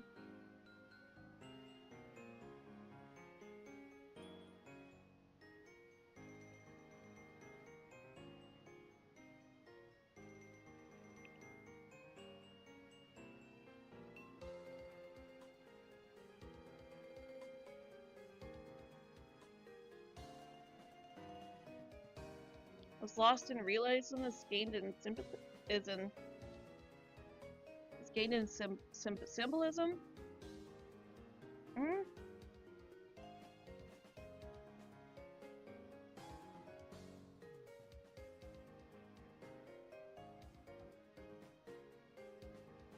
I just feel like it speaks less because before we knew that Adrian was a sentient being, it really seemed like the story they were telling was the story of a child who is conditioned to do as he's told.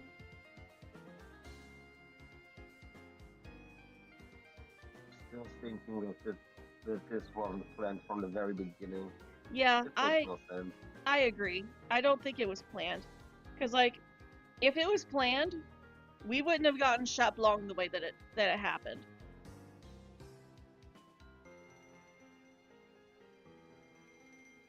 That, for me, was the biggest reason why I didn't believe in the Senti Adrian theory, was the fact that everything got destroyed in Chat Blanc, including the rings. So how did Adrian not get destroyed when he cataclysmed everything? Because even though Gabriel would have been wearing his suit, he still turned to dust, so therefore the ring he was wearing would have also turned to dust under the suit.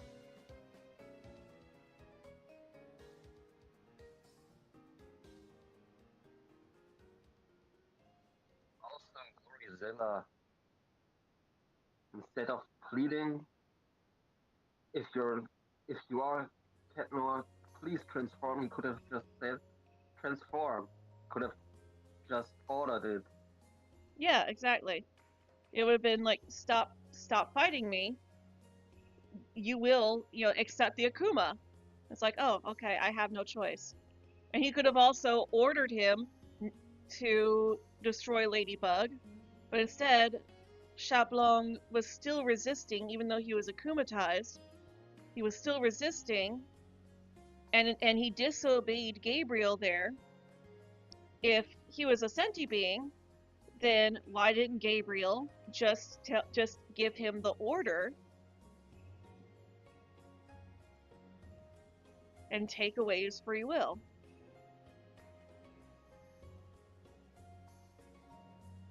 My hand's doing all right, Meg. Thank you for asking. Got another hour before we'll be wrapping up, so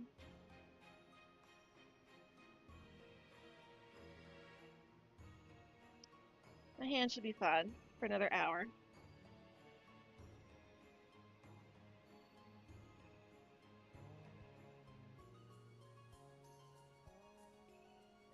Feel the difference in story between seasons 1 and 3 and 4 and 5?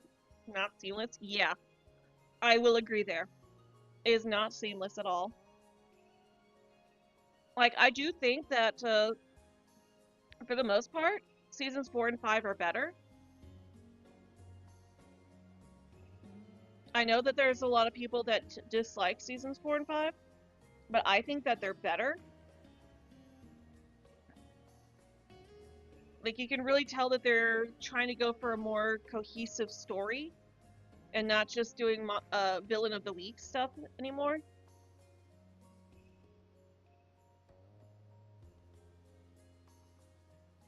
Which, you know, that's style is fine. There's nothing inherently wrong with doing villain of the week stuff, but you can definitely see the shift in focus going more towards the story and plot itself, which is what drew a lot of people to Miraculous in the first place, was the plot.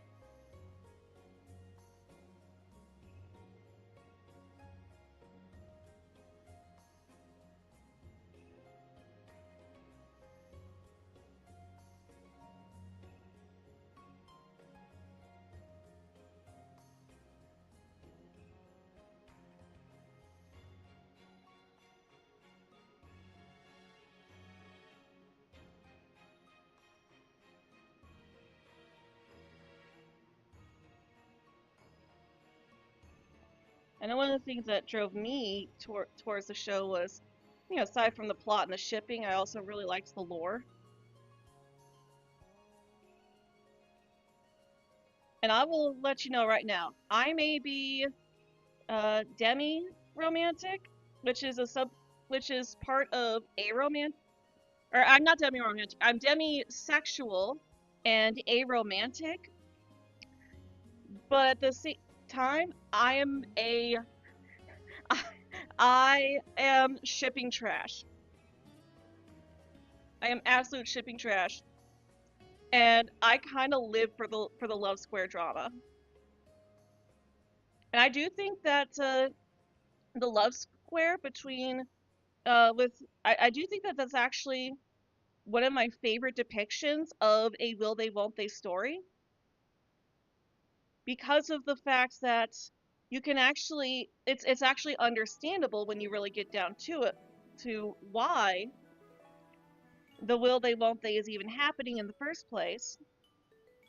The will they won't they storyline is happening because Adrian is so obsessed with Ladybug that he can't see any other girl in that way, and he can't imagine himself falling in love with anyone other than Ladybug. And the same is with Marinette. She is so obsessed with Adrian that she can't see herself falling in love with anyone else. She starts to, at least, she gets kind of pushed towards Luca, which, I do think that was also important for her as well.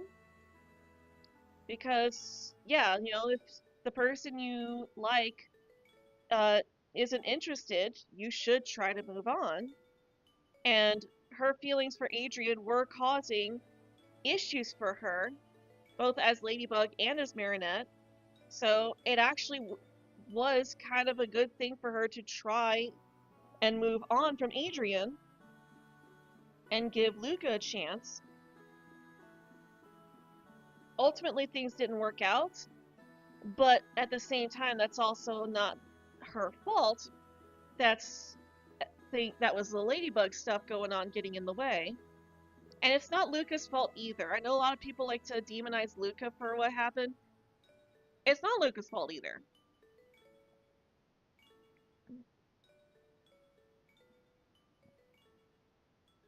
Sometimes relationships just don't work out. And there's nothing wrong with it.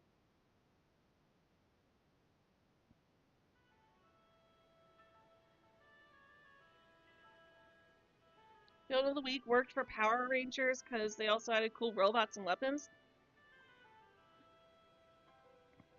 See, I think Villain of the Week is fine for Season 1. Because when you have a story-focused show, Season 1 should still be the getting to know the characters and world season. Season 1 should be more lighthearted and not so heavily focused on the plot, because you're getting everybody used to the world, you're getting everybody attached to the characters, If you just go straight into the plot, people aren't gonna be as attached to the characters. Like, can you imagine if Miraculous Ladybug started with Marinette becoming the Guardian, and like if it started with Miracle Queen. If Miracle Queen was the literal start of the show, there would be no attachment to these characters because you've not had a chance to get to know them yet. But because we spent three whole seasons getting to know Marinette and Adrien and seeing everything that they've been through, and seeing Marinette get, being able to see Master Fu and becoming attached to him for all the faults that he has. He has faults, but I still think he's a good character and a good person. But because we have the attachment to them, season 3 hits harder. Because we took the time to get to know everybody.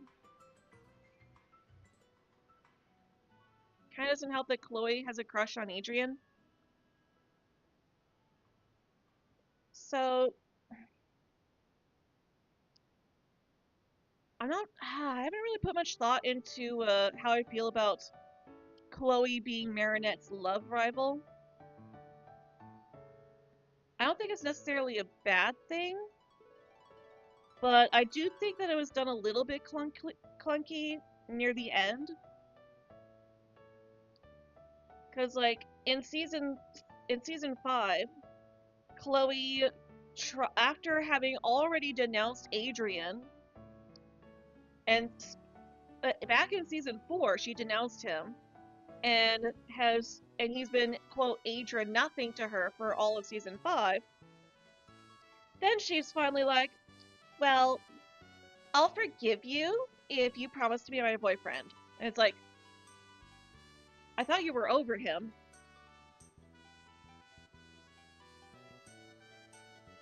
I will say that I don't quite appreciate how, at the very least right then and there, they treat Adrien like a prize. Like, Marinette has at least moved on from that, so like because like we've already had her say, hey, I do not own Adrien, he's free to make up his own choice. So if somebody else likes him, they deserve their own shot, their fair shot. Adrien had already made up his mind about Chloe long before. He liked her as a friend, but he was never interested in her romantically. Exactly. Chloe's feelings for Adrien are very shallow. She was never in love with Adrien. She was in love with the fact that he was a handsome, famous model with a famous father who was rich like her. She was in love with the idea of Adrien. But she was never actually in love. She never loved Adrien.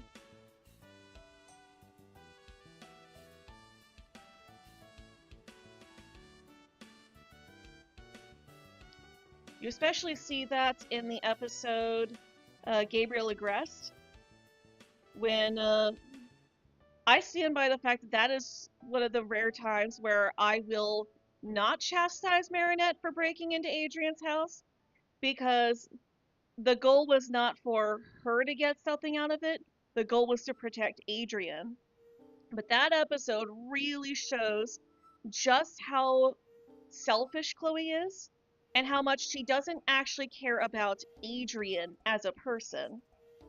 Because this was before she denounced Adrien.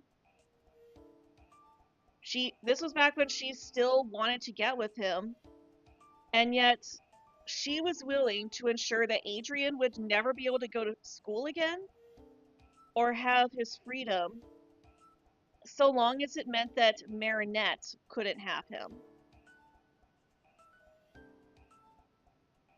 Because the whole let's get Marinette together with Adrien ended. It came to a screeching halt when Chloe came in and said, I'm going to show this video to to Mr. Agrest so that Adrian can never be allowed to school or outside of his house again.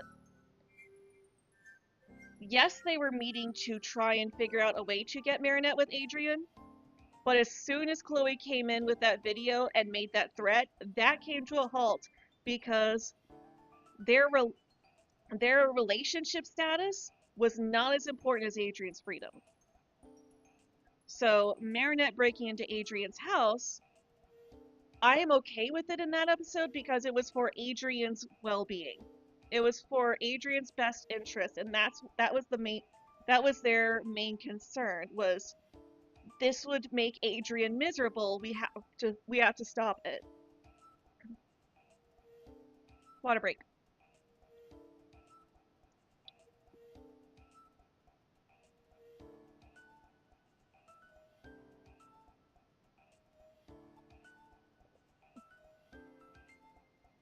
Oh no, yeah, I knew that was what you meant.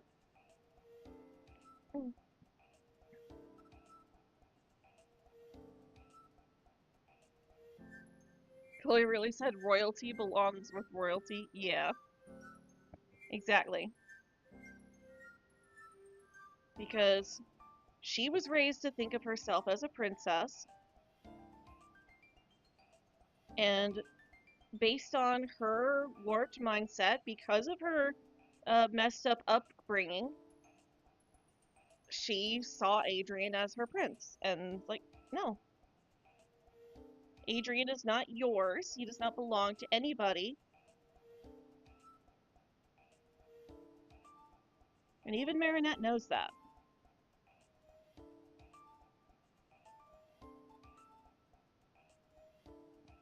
Hence why, when she thought Zoe had feelings for Adrian, she legit told Zoe that, hey, my relationship with Adrian should not matter when it comes to you confessing your feelings.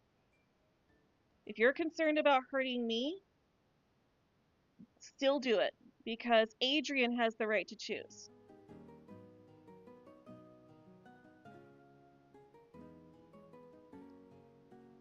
And I know some people call season 5 a retcon. I'm not sure, like, it's kind of hard to say where I stand on that exactly, because I have said for a long time that basically what happened in Derision needed to happen.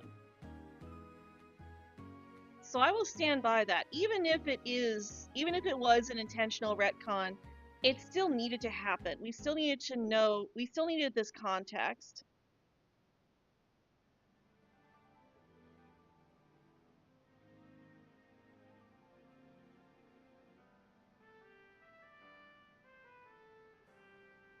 And as a trauma victim myself, I am actually fully on board with it being a trauma response. Because it's not that they're trying to excuse it. They even pointed out in that very episode that there's no excuse for negative behavior like that. But it's part of the healing process when you have negative behavioral issues that are caused by trauma, is recognizing that this is in fact a trauma response. That is the first step to healing from trauma, is recognizing that you have trauma.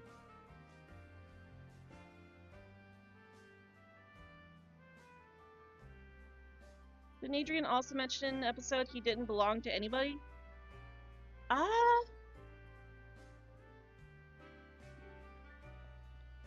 I'm trying to think. I don't recall that particularly. Do you know which episode that was, Spag? I don't recall that, so I'm not sure what to say. I'm not sure about that.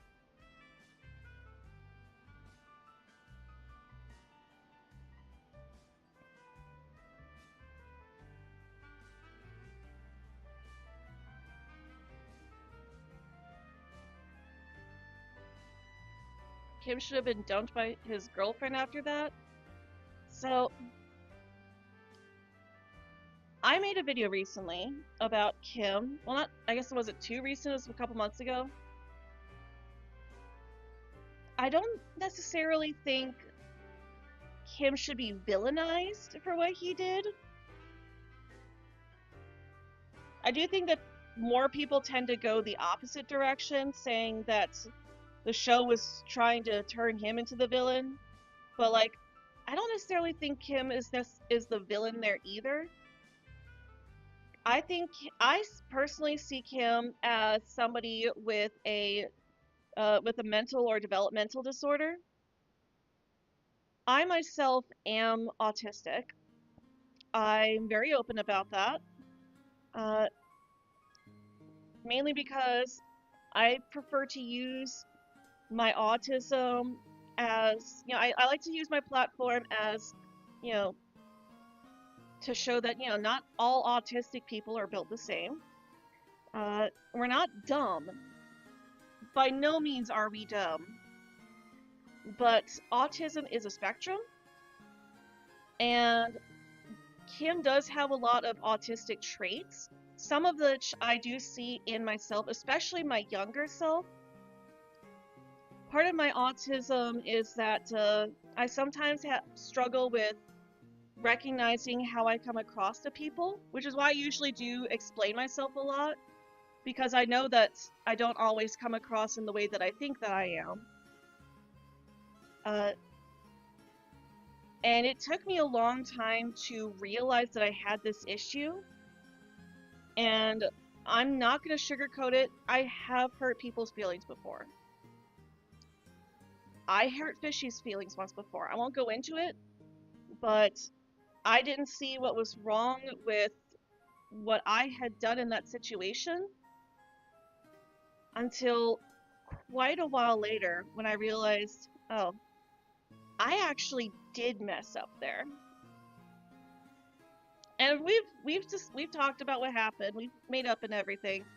But, like, I bring that up because Kim, at least to me, doesn't seem like somebody who realizes exactly how he comes across to people.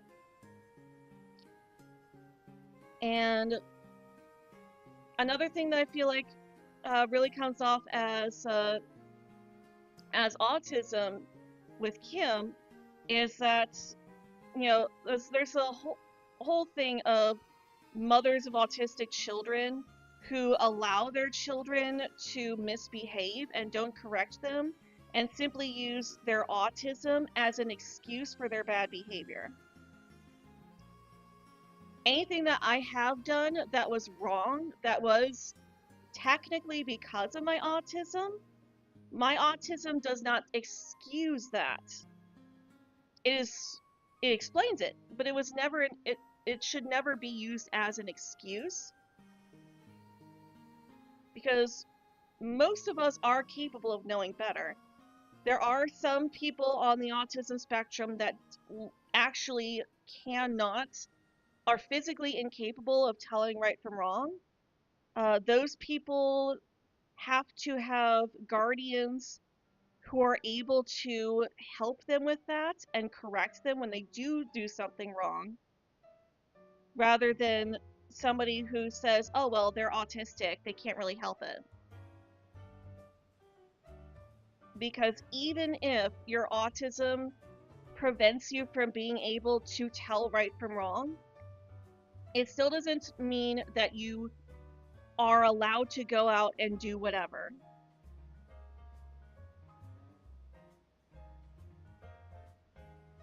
And with Kim, he kind of made those excuses. Well, I didn't know that I hurt Marinette, so it's fine because I didn't know, I didn't intend to hurt her.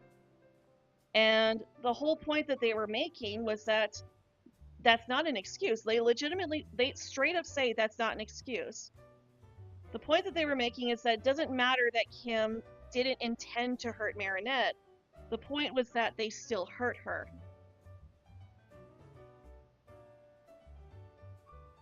Okay, yeah. I was gonna say, that didn't sound familiar to me, Meg, but I wasn't sure, so. Like, the point, like Kim's whole thing was that he didn't mean to hurt her. So he didn't see why he needed to be responsible for something he didn't mean to do. But even though he didn't mean to hurt her, he didn't have the intent to hurt her, he still did, and needed to recognize the fact that she was still hurt and be respectful enough of her feelings to apologize. And in the end, Kim finally realized that he did need to apologize, regardless of his intent, and then he did.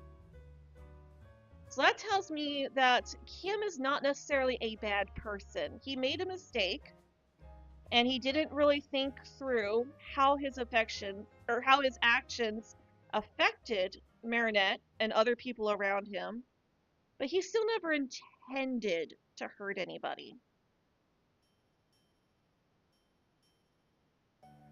And that goes back to what I was saying before about the difference between Marinette and Chloe, is that Chloe intends to hurt people. She doesn't care who she hurts.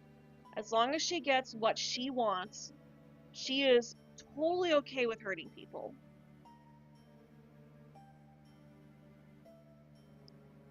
Kim was faced with the fact that he hurt Marinette and ultimately, in the end, apologized because he is a good person. Deep down. He might not have understood what he did wrong, but he still recognized the fact that he still did something wrong and that his actions caused harm to somebody else and cared enough about that person to apologize. Chloe does not care. Chloe intends to hurt, so she is not going to apologize for hurting somebody that she intended to hurt. I will say, though, that does, like, if we go back to what we were talking about before about Chloe apologizing to Miss Bustier, you could look at it as,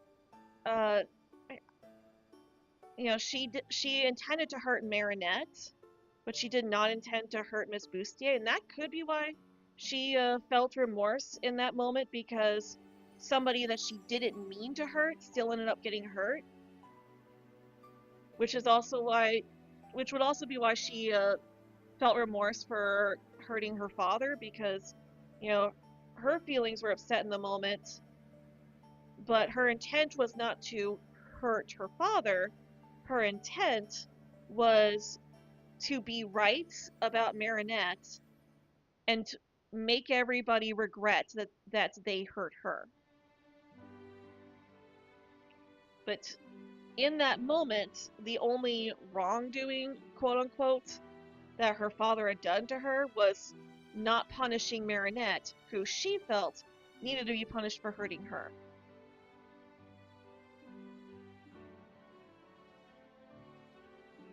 Well, as far as Andre is concerned, because we do see in season 5, he is a bit less willing to disobey his family,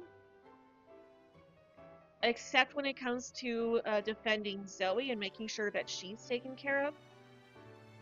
But I do think that moment might have caused a bit of trauma for Andre as well, because, oh, well, if I don't do what my wife and daughter tell me to do, they're going to leave me forever, so I have to listen to them.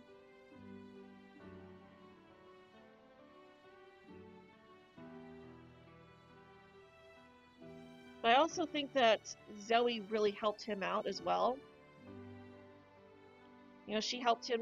Marinette helped Zoe to find her courage, and then Zoe returned the favor by helping Andre to find his courage.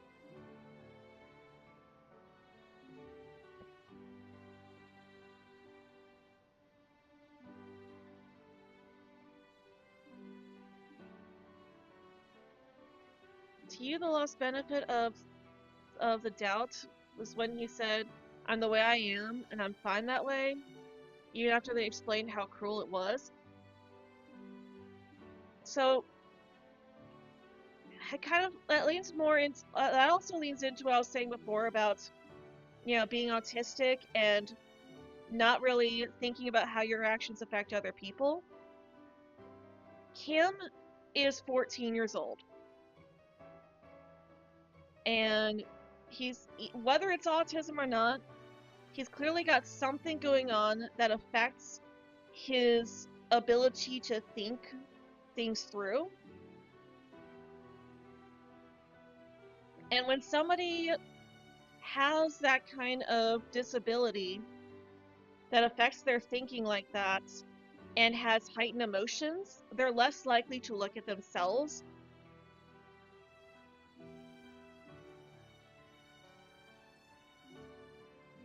Because I know before I had my realization of how I was acting before, I had, you know, similar reactions. If somebody pointed out something that I did was wrong, I'd double down and be like, I'm not wrong. I'm not doing anything wrong. I'm speaking my mind. I'm doing the right thing.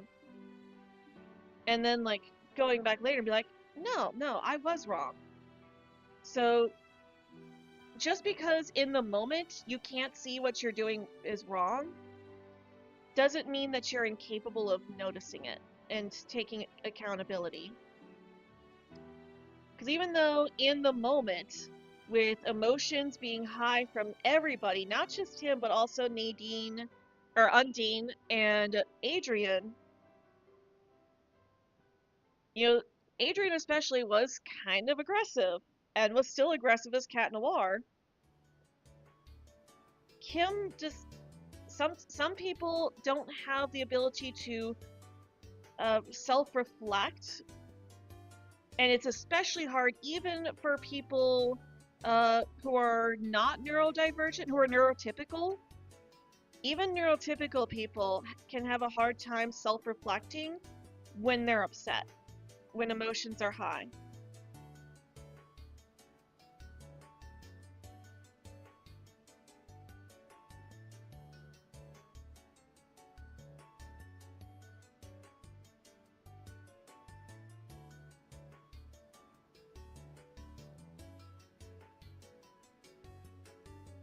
So again, I can't really villainize Kim for being unable to self-reflect in the heat of a moment when he and everyone around him are angry and upset, because nobody thinks rationally when they're upset.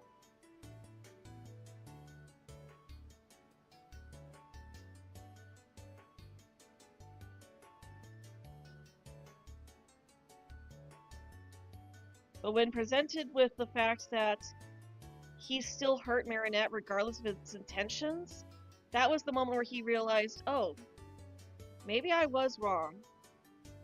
I didn't intend to hurt Marinette, but I still hurt her. They have a point. Maybe I should apologize.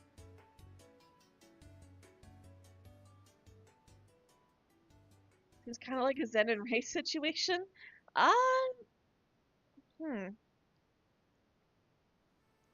I mean, Zen is very much not him, but I don't want to say too much because certain things that I could say on that are spoilers. I'll just say that Zen doesn't really have much experience in social situations.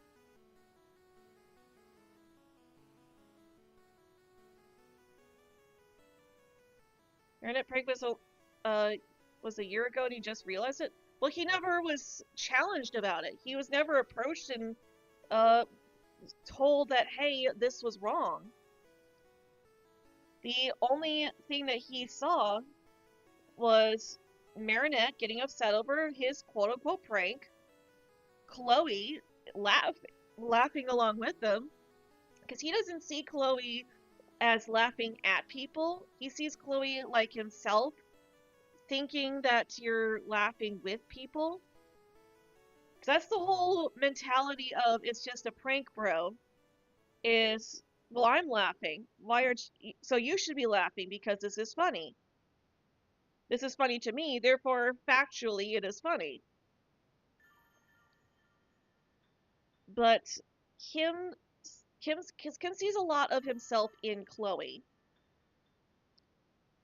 And that's, I think, why he assumes that Chloe is a good person, because he sees Chloe as somebody who pulls pranks just like him, and people, uh, yeah, and those pranks don't get the same reaction that he himself believes they should have. Because he sees them as pranks and thinks, oh, pranks are funny. Doesn't matter what the prank is, pranks are funny.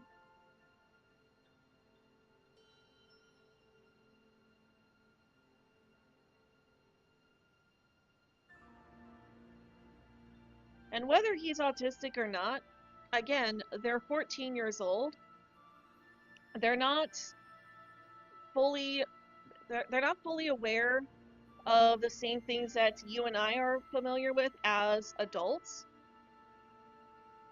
They're emotional decision makers.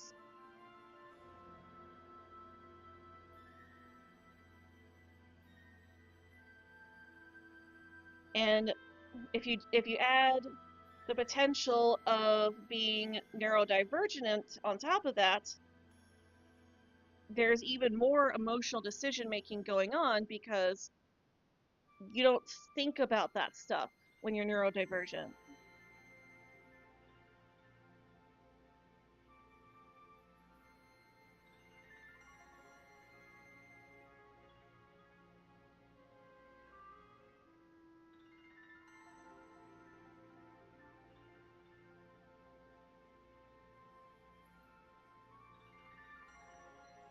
But like he's never been challenged about it. The closest challenge he got out of it was that uh So Clean told him to back off when he was trying to talk to Marinette afterwards.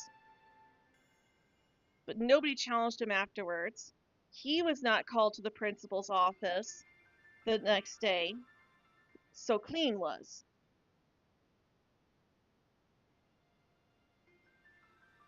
So there was never anything in the moment to make him think, oh, maybe there was something wrong with my actions here. To Kim, the only thing that was going on was that, oh, Marinette just can't take a joke. She just doesn't like pranks.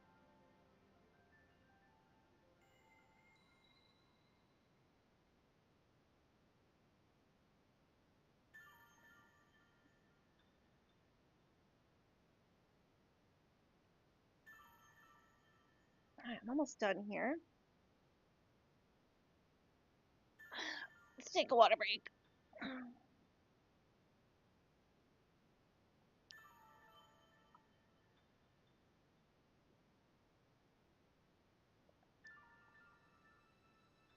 Yeah, and a bit more on that point. If you remember what I said earlier about when, Fishy and I had the fight because I said something that I shouldn't have and couldn't realize in the moment.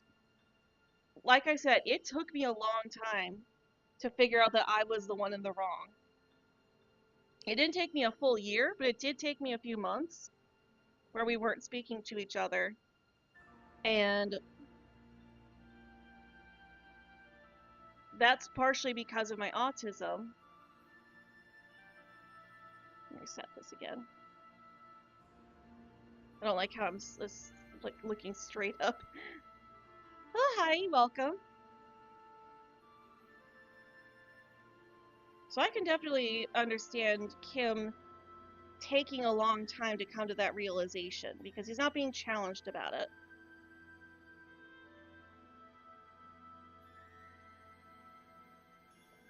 And Kim needing a point hammered home into him is not anything new either. In that video I mentioned, I also talk about the fact that,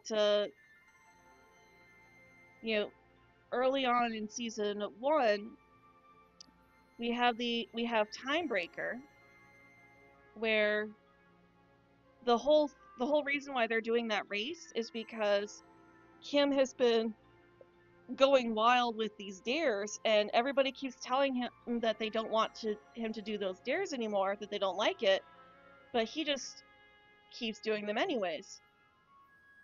And that's the whole reason why they're having that race, because it's the only way to get through to him. You done that past two, Meg? Yeah.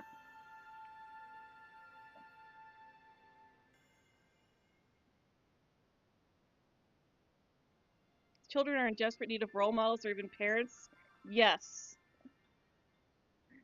They all need help. They all need professional help.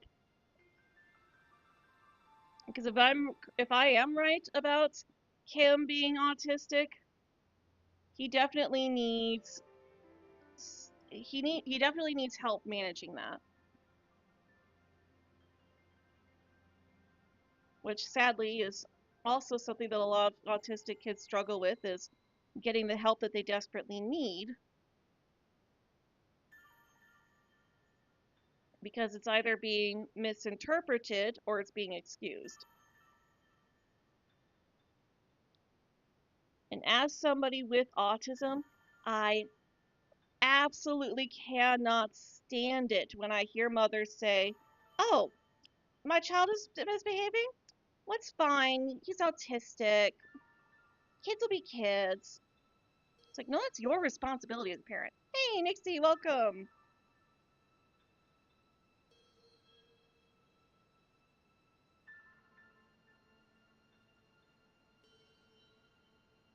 Good to see you, Nixie. Feel free to drop your link.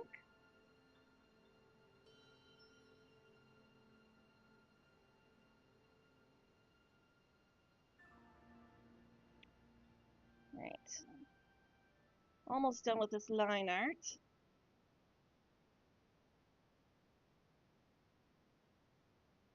Now we could do colors. I'm probably not gonna shade this, at least not on stream, because it is starting to get closer. It's already 4:30. And I just want to get the color scheme figured out.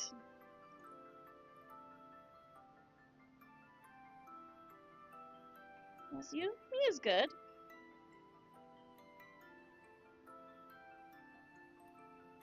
Finally in an artsy mood after so long.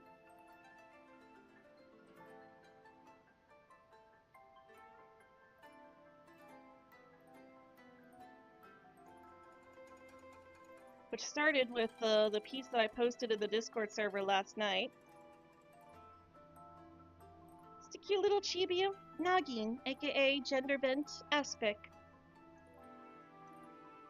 I posted a short about that too.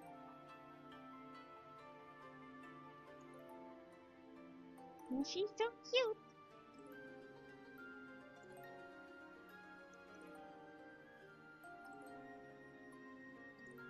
Alright.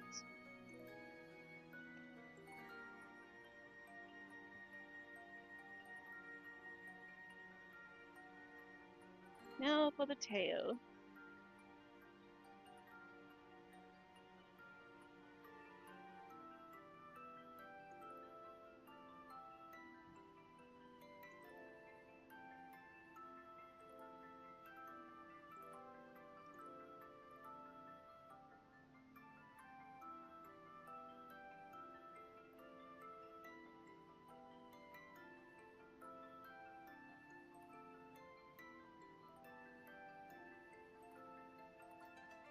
Alright, almost done with this.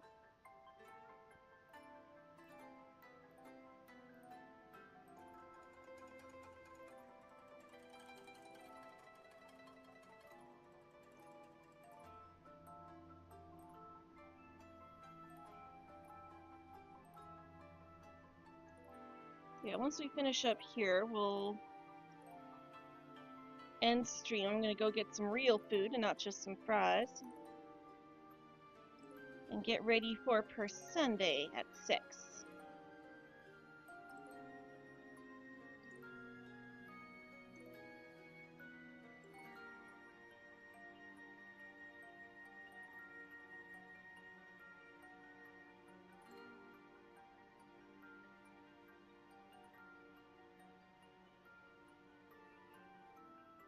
Well, I definitely want to get the flat colors in today, which we still got some time for. I'm just not sure if I'm going to be doing any shading.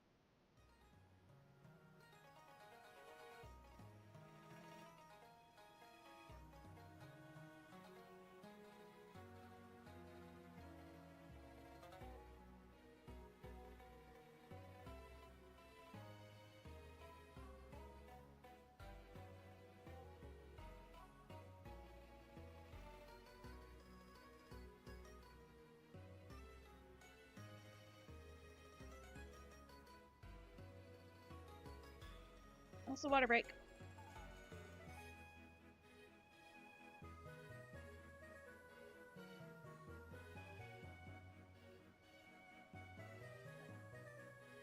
You're a little stressed, but other than that, you're doing well. Getting ready to stream shortly yourself. Alright. You were live earlier, though, weren't you? I didn't see you on YouTube, but I did see you were live in your Discord server.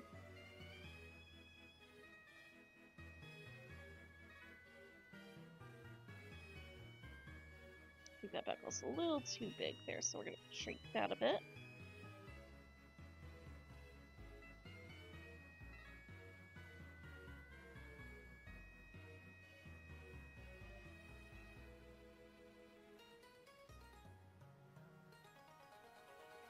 Oh, shoot. Whoopsie!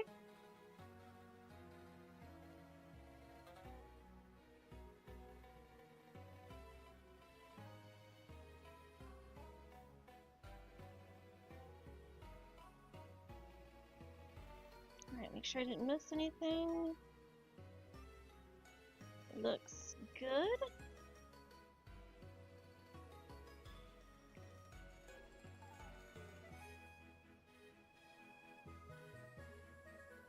Last touch. Gotta get them eyes in.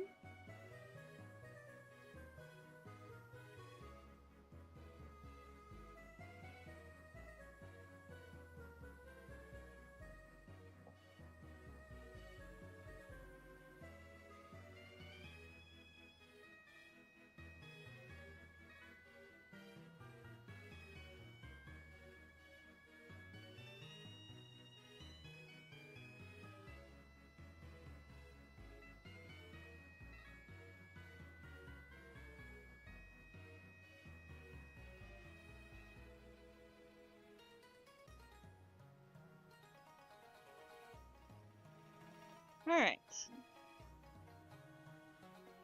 So let's go ahead and hop in here. Go ahead and grab the traditional kitty colors.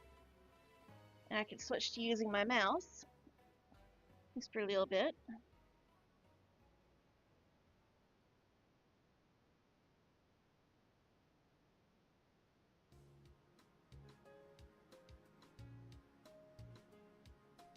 And mask.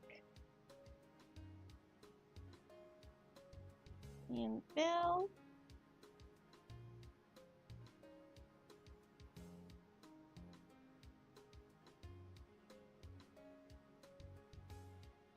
Oh, and I almost forgot a ring.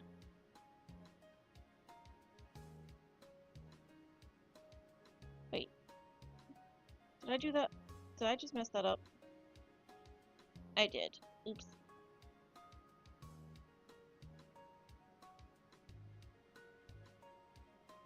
Okay. That goes there.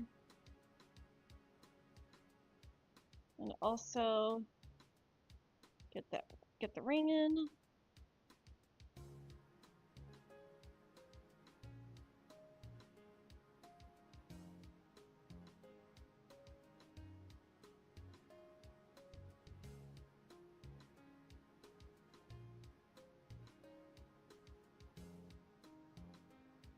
There we go. Okay. Merge, move, colors.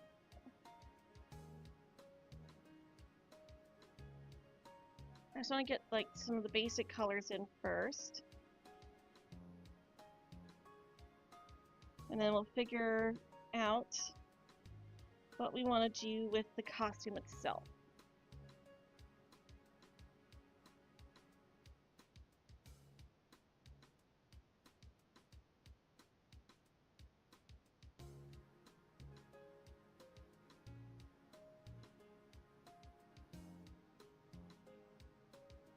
Wait, no, that wouldn't work. Okay. Alright. Now I do feel like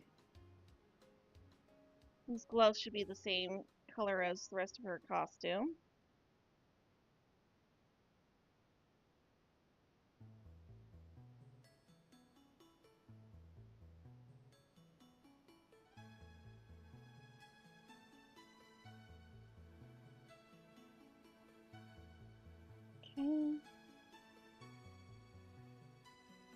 I don't think those bands should be a different color either.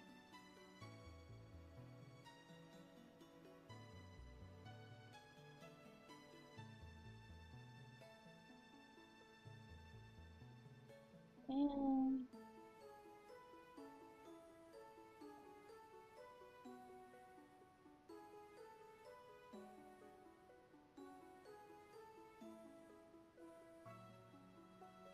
boots, tail,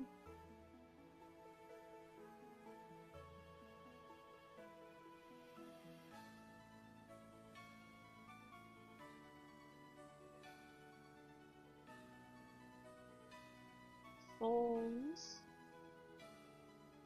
Drive on YouTube earlier, but you need to stop because the game was stressing you out. Oh, I'm sorry.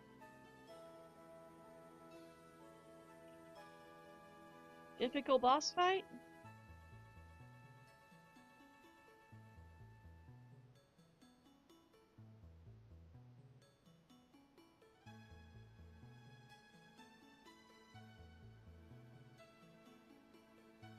Or was it just being a bugger?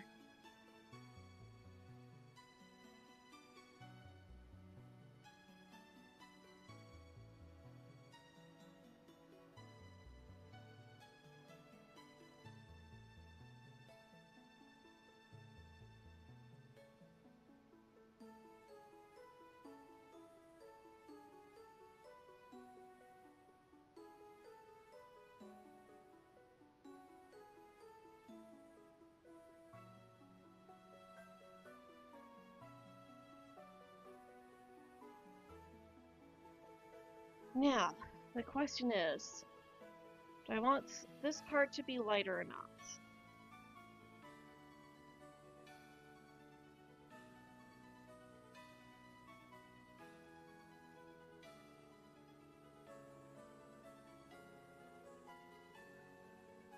I'm going to do something a bit odd.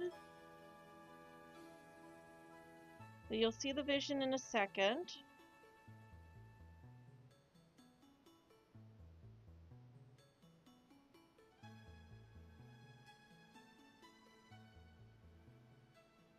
Come on. There we go. Okay. We're going to come down to another layer. And I'm going to make this a little bit lighter.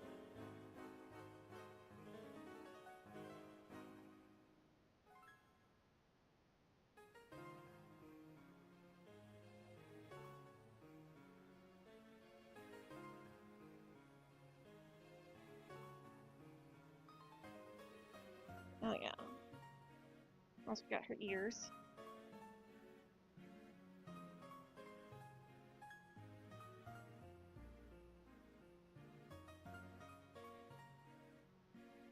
And now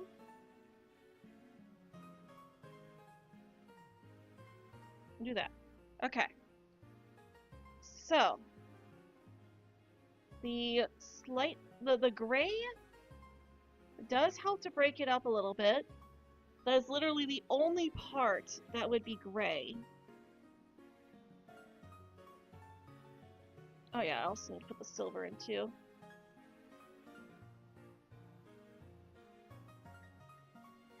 There we go.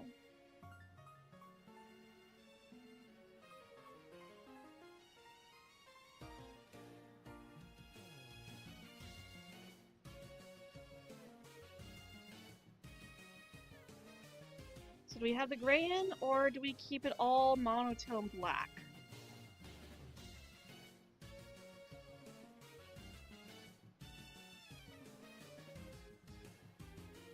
It's not going to be the same shade as the silver bits, because that's supposed to be silver. This is not meant to be silver.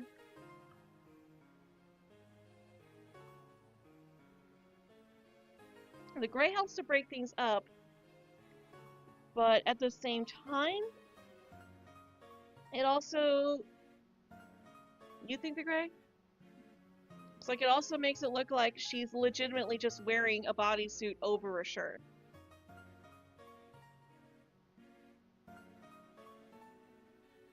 So I'm not quite sure how I feel about it.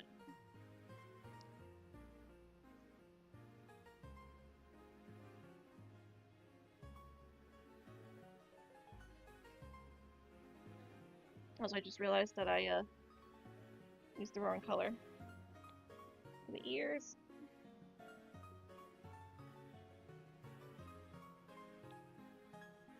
Those pants and gray sleeves, it makes its design top heavy.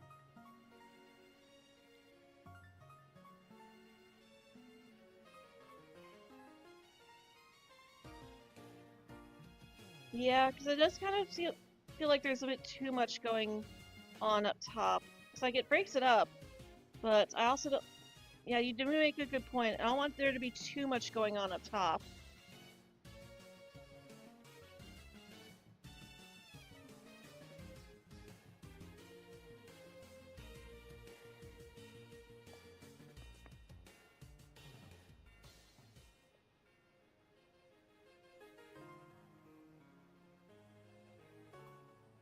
Okay. Yeah, I think I'm gonna go with the all black.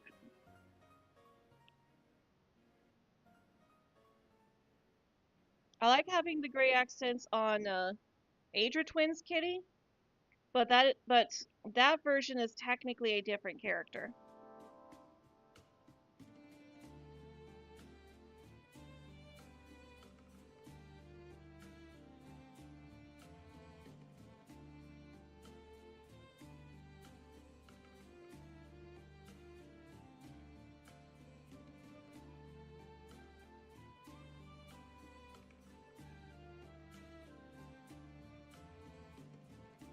So that was the other thing that I wasn't quite sure about, was that it would be the only instance of that color in the entire costume.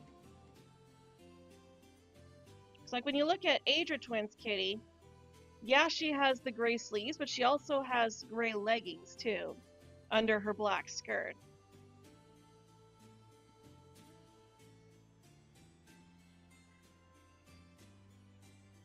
So it's not as off-putting because there's more of it.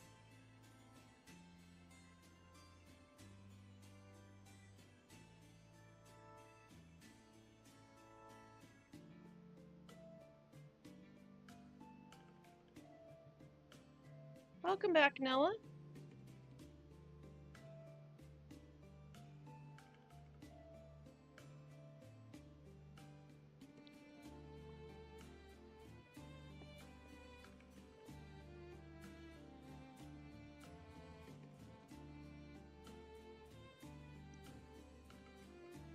Pardon.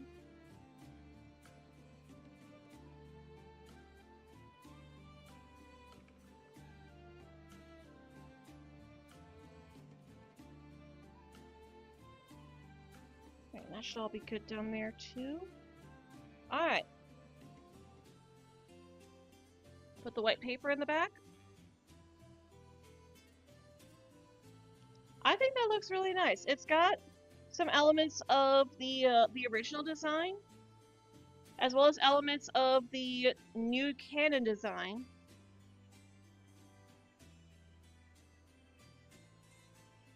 I like that. I like that.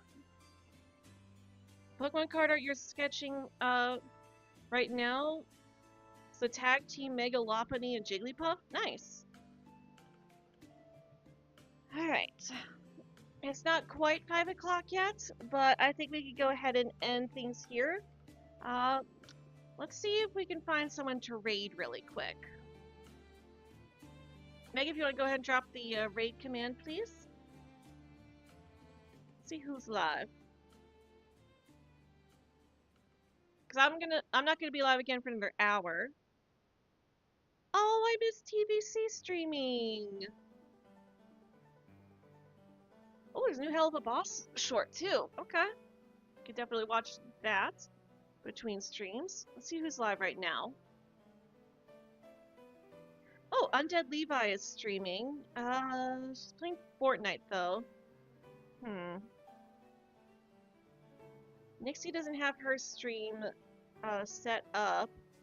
And I imagine she's probably gonna want to calm down a bit. So, you know what? Let's raid Frosty Lemon. He's live right now playing the new Zelda game.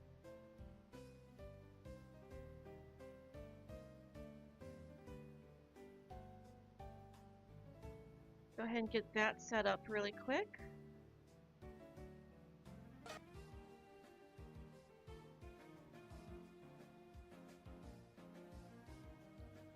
Set up the redirect. Make sure that you leave Frosty a like. He does a lot of fun games and stuff. He's a cool guy.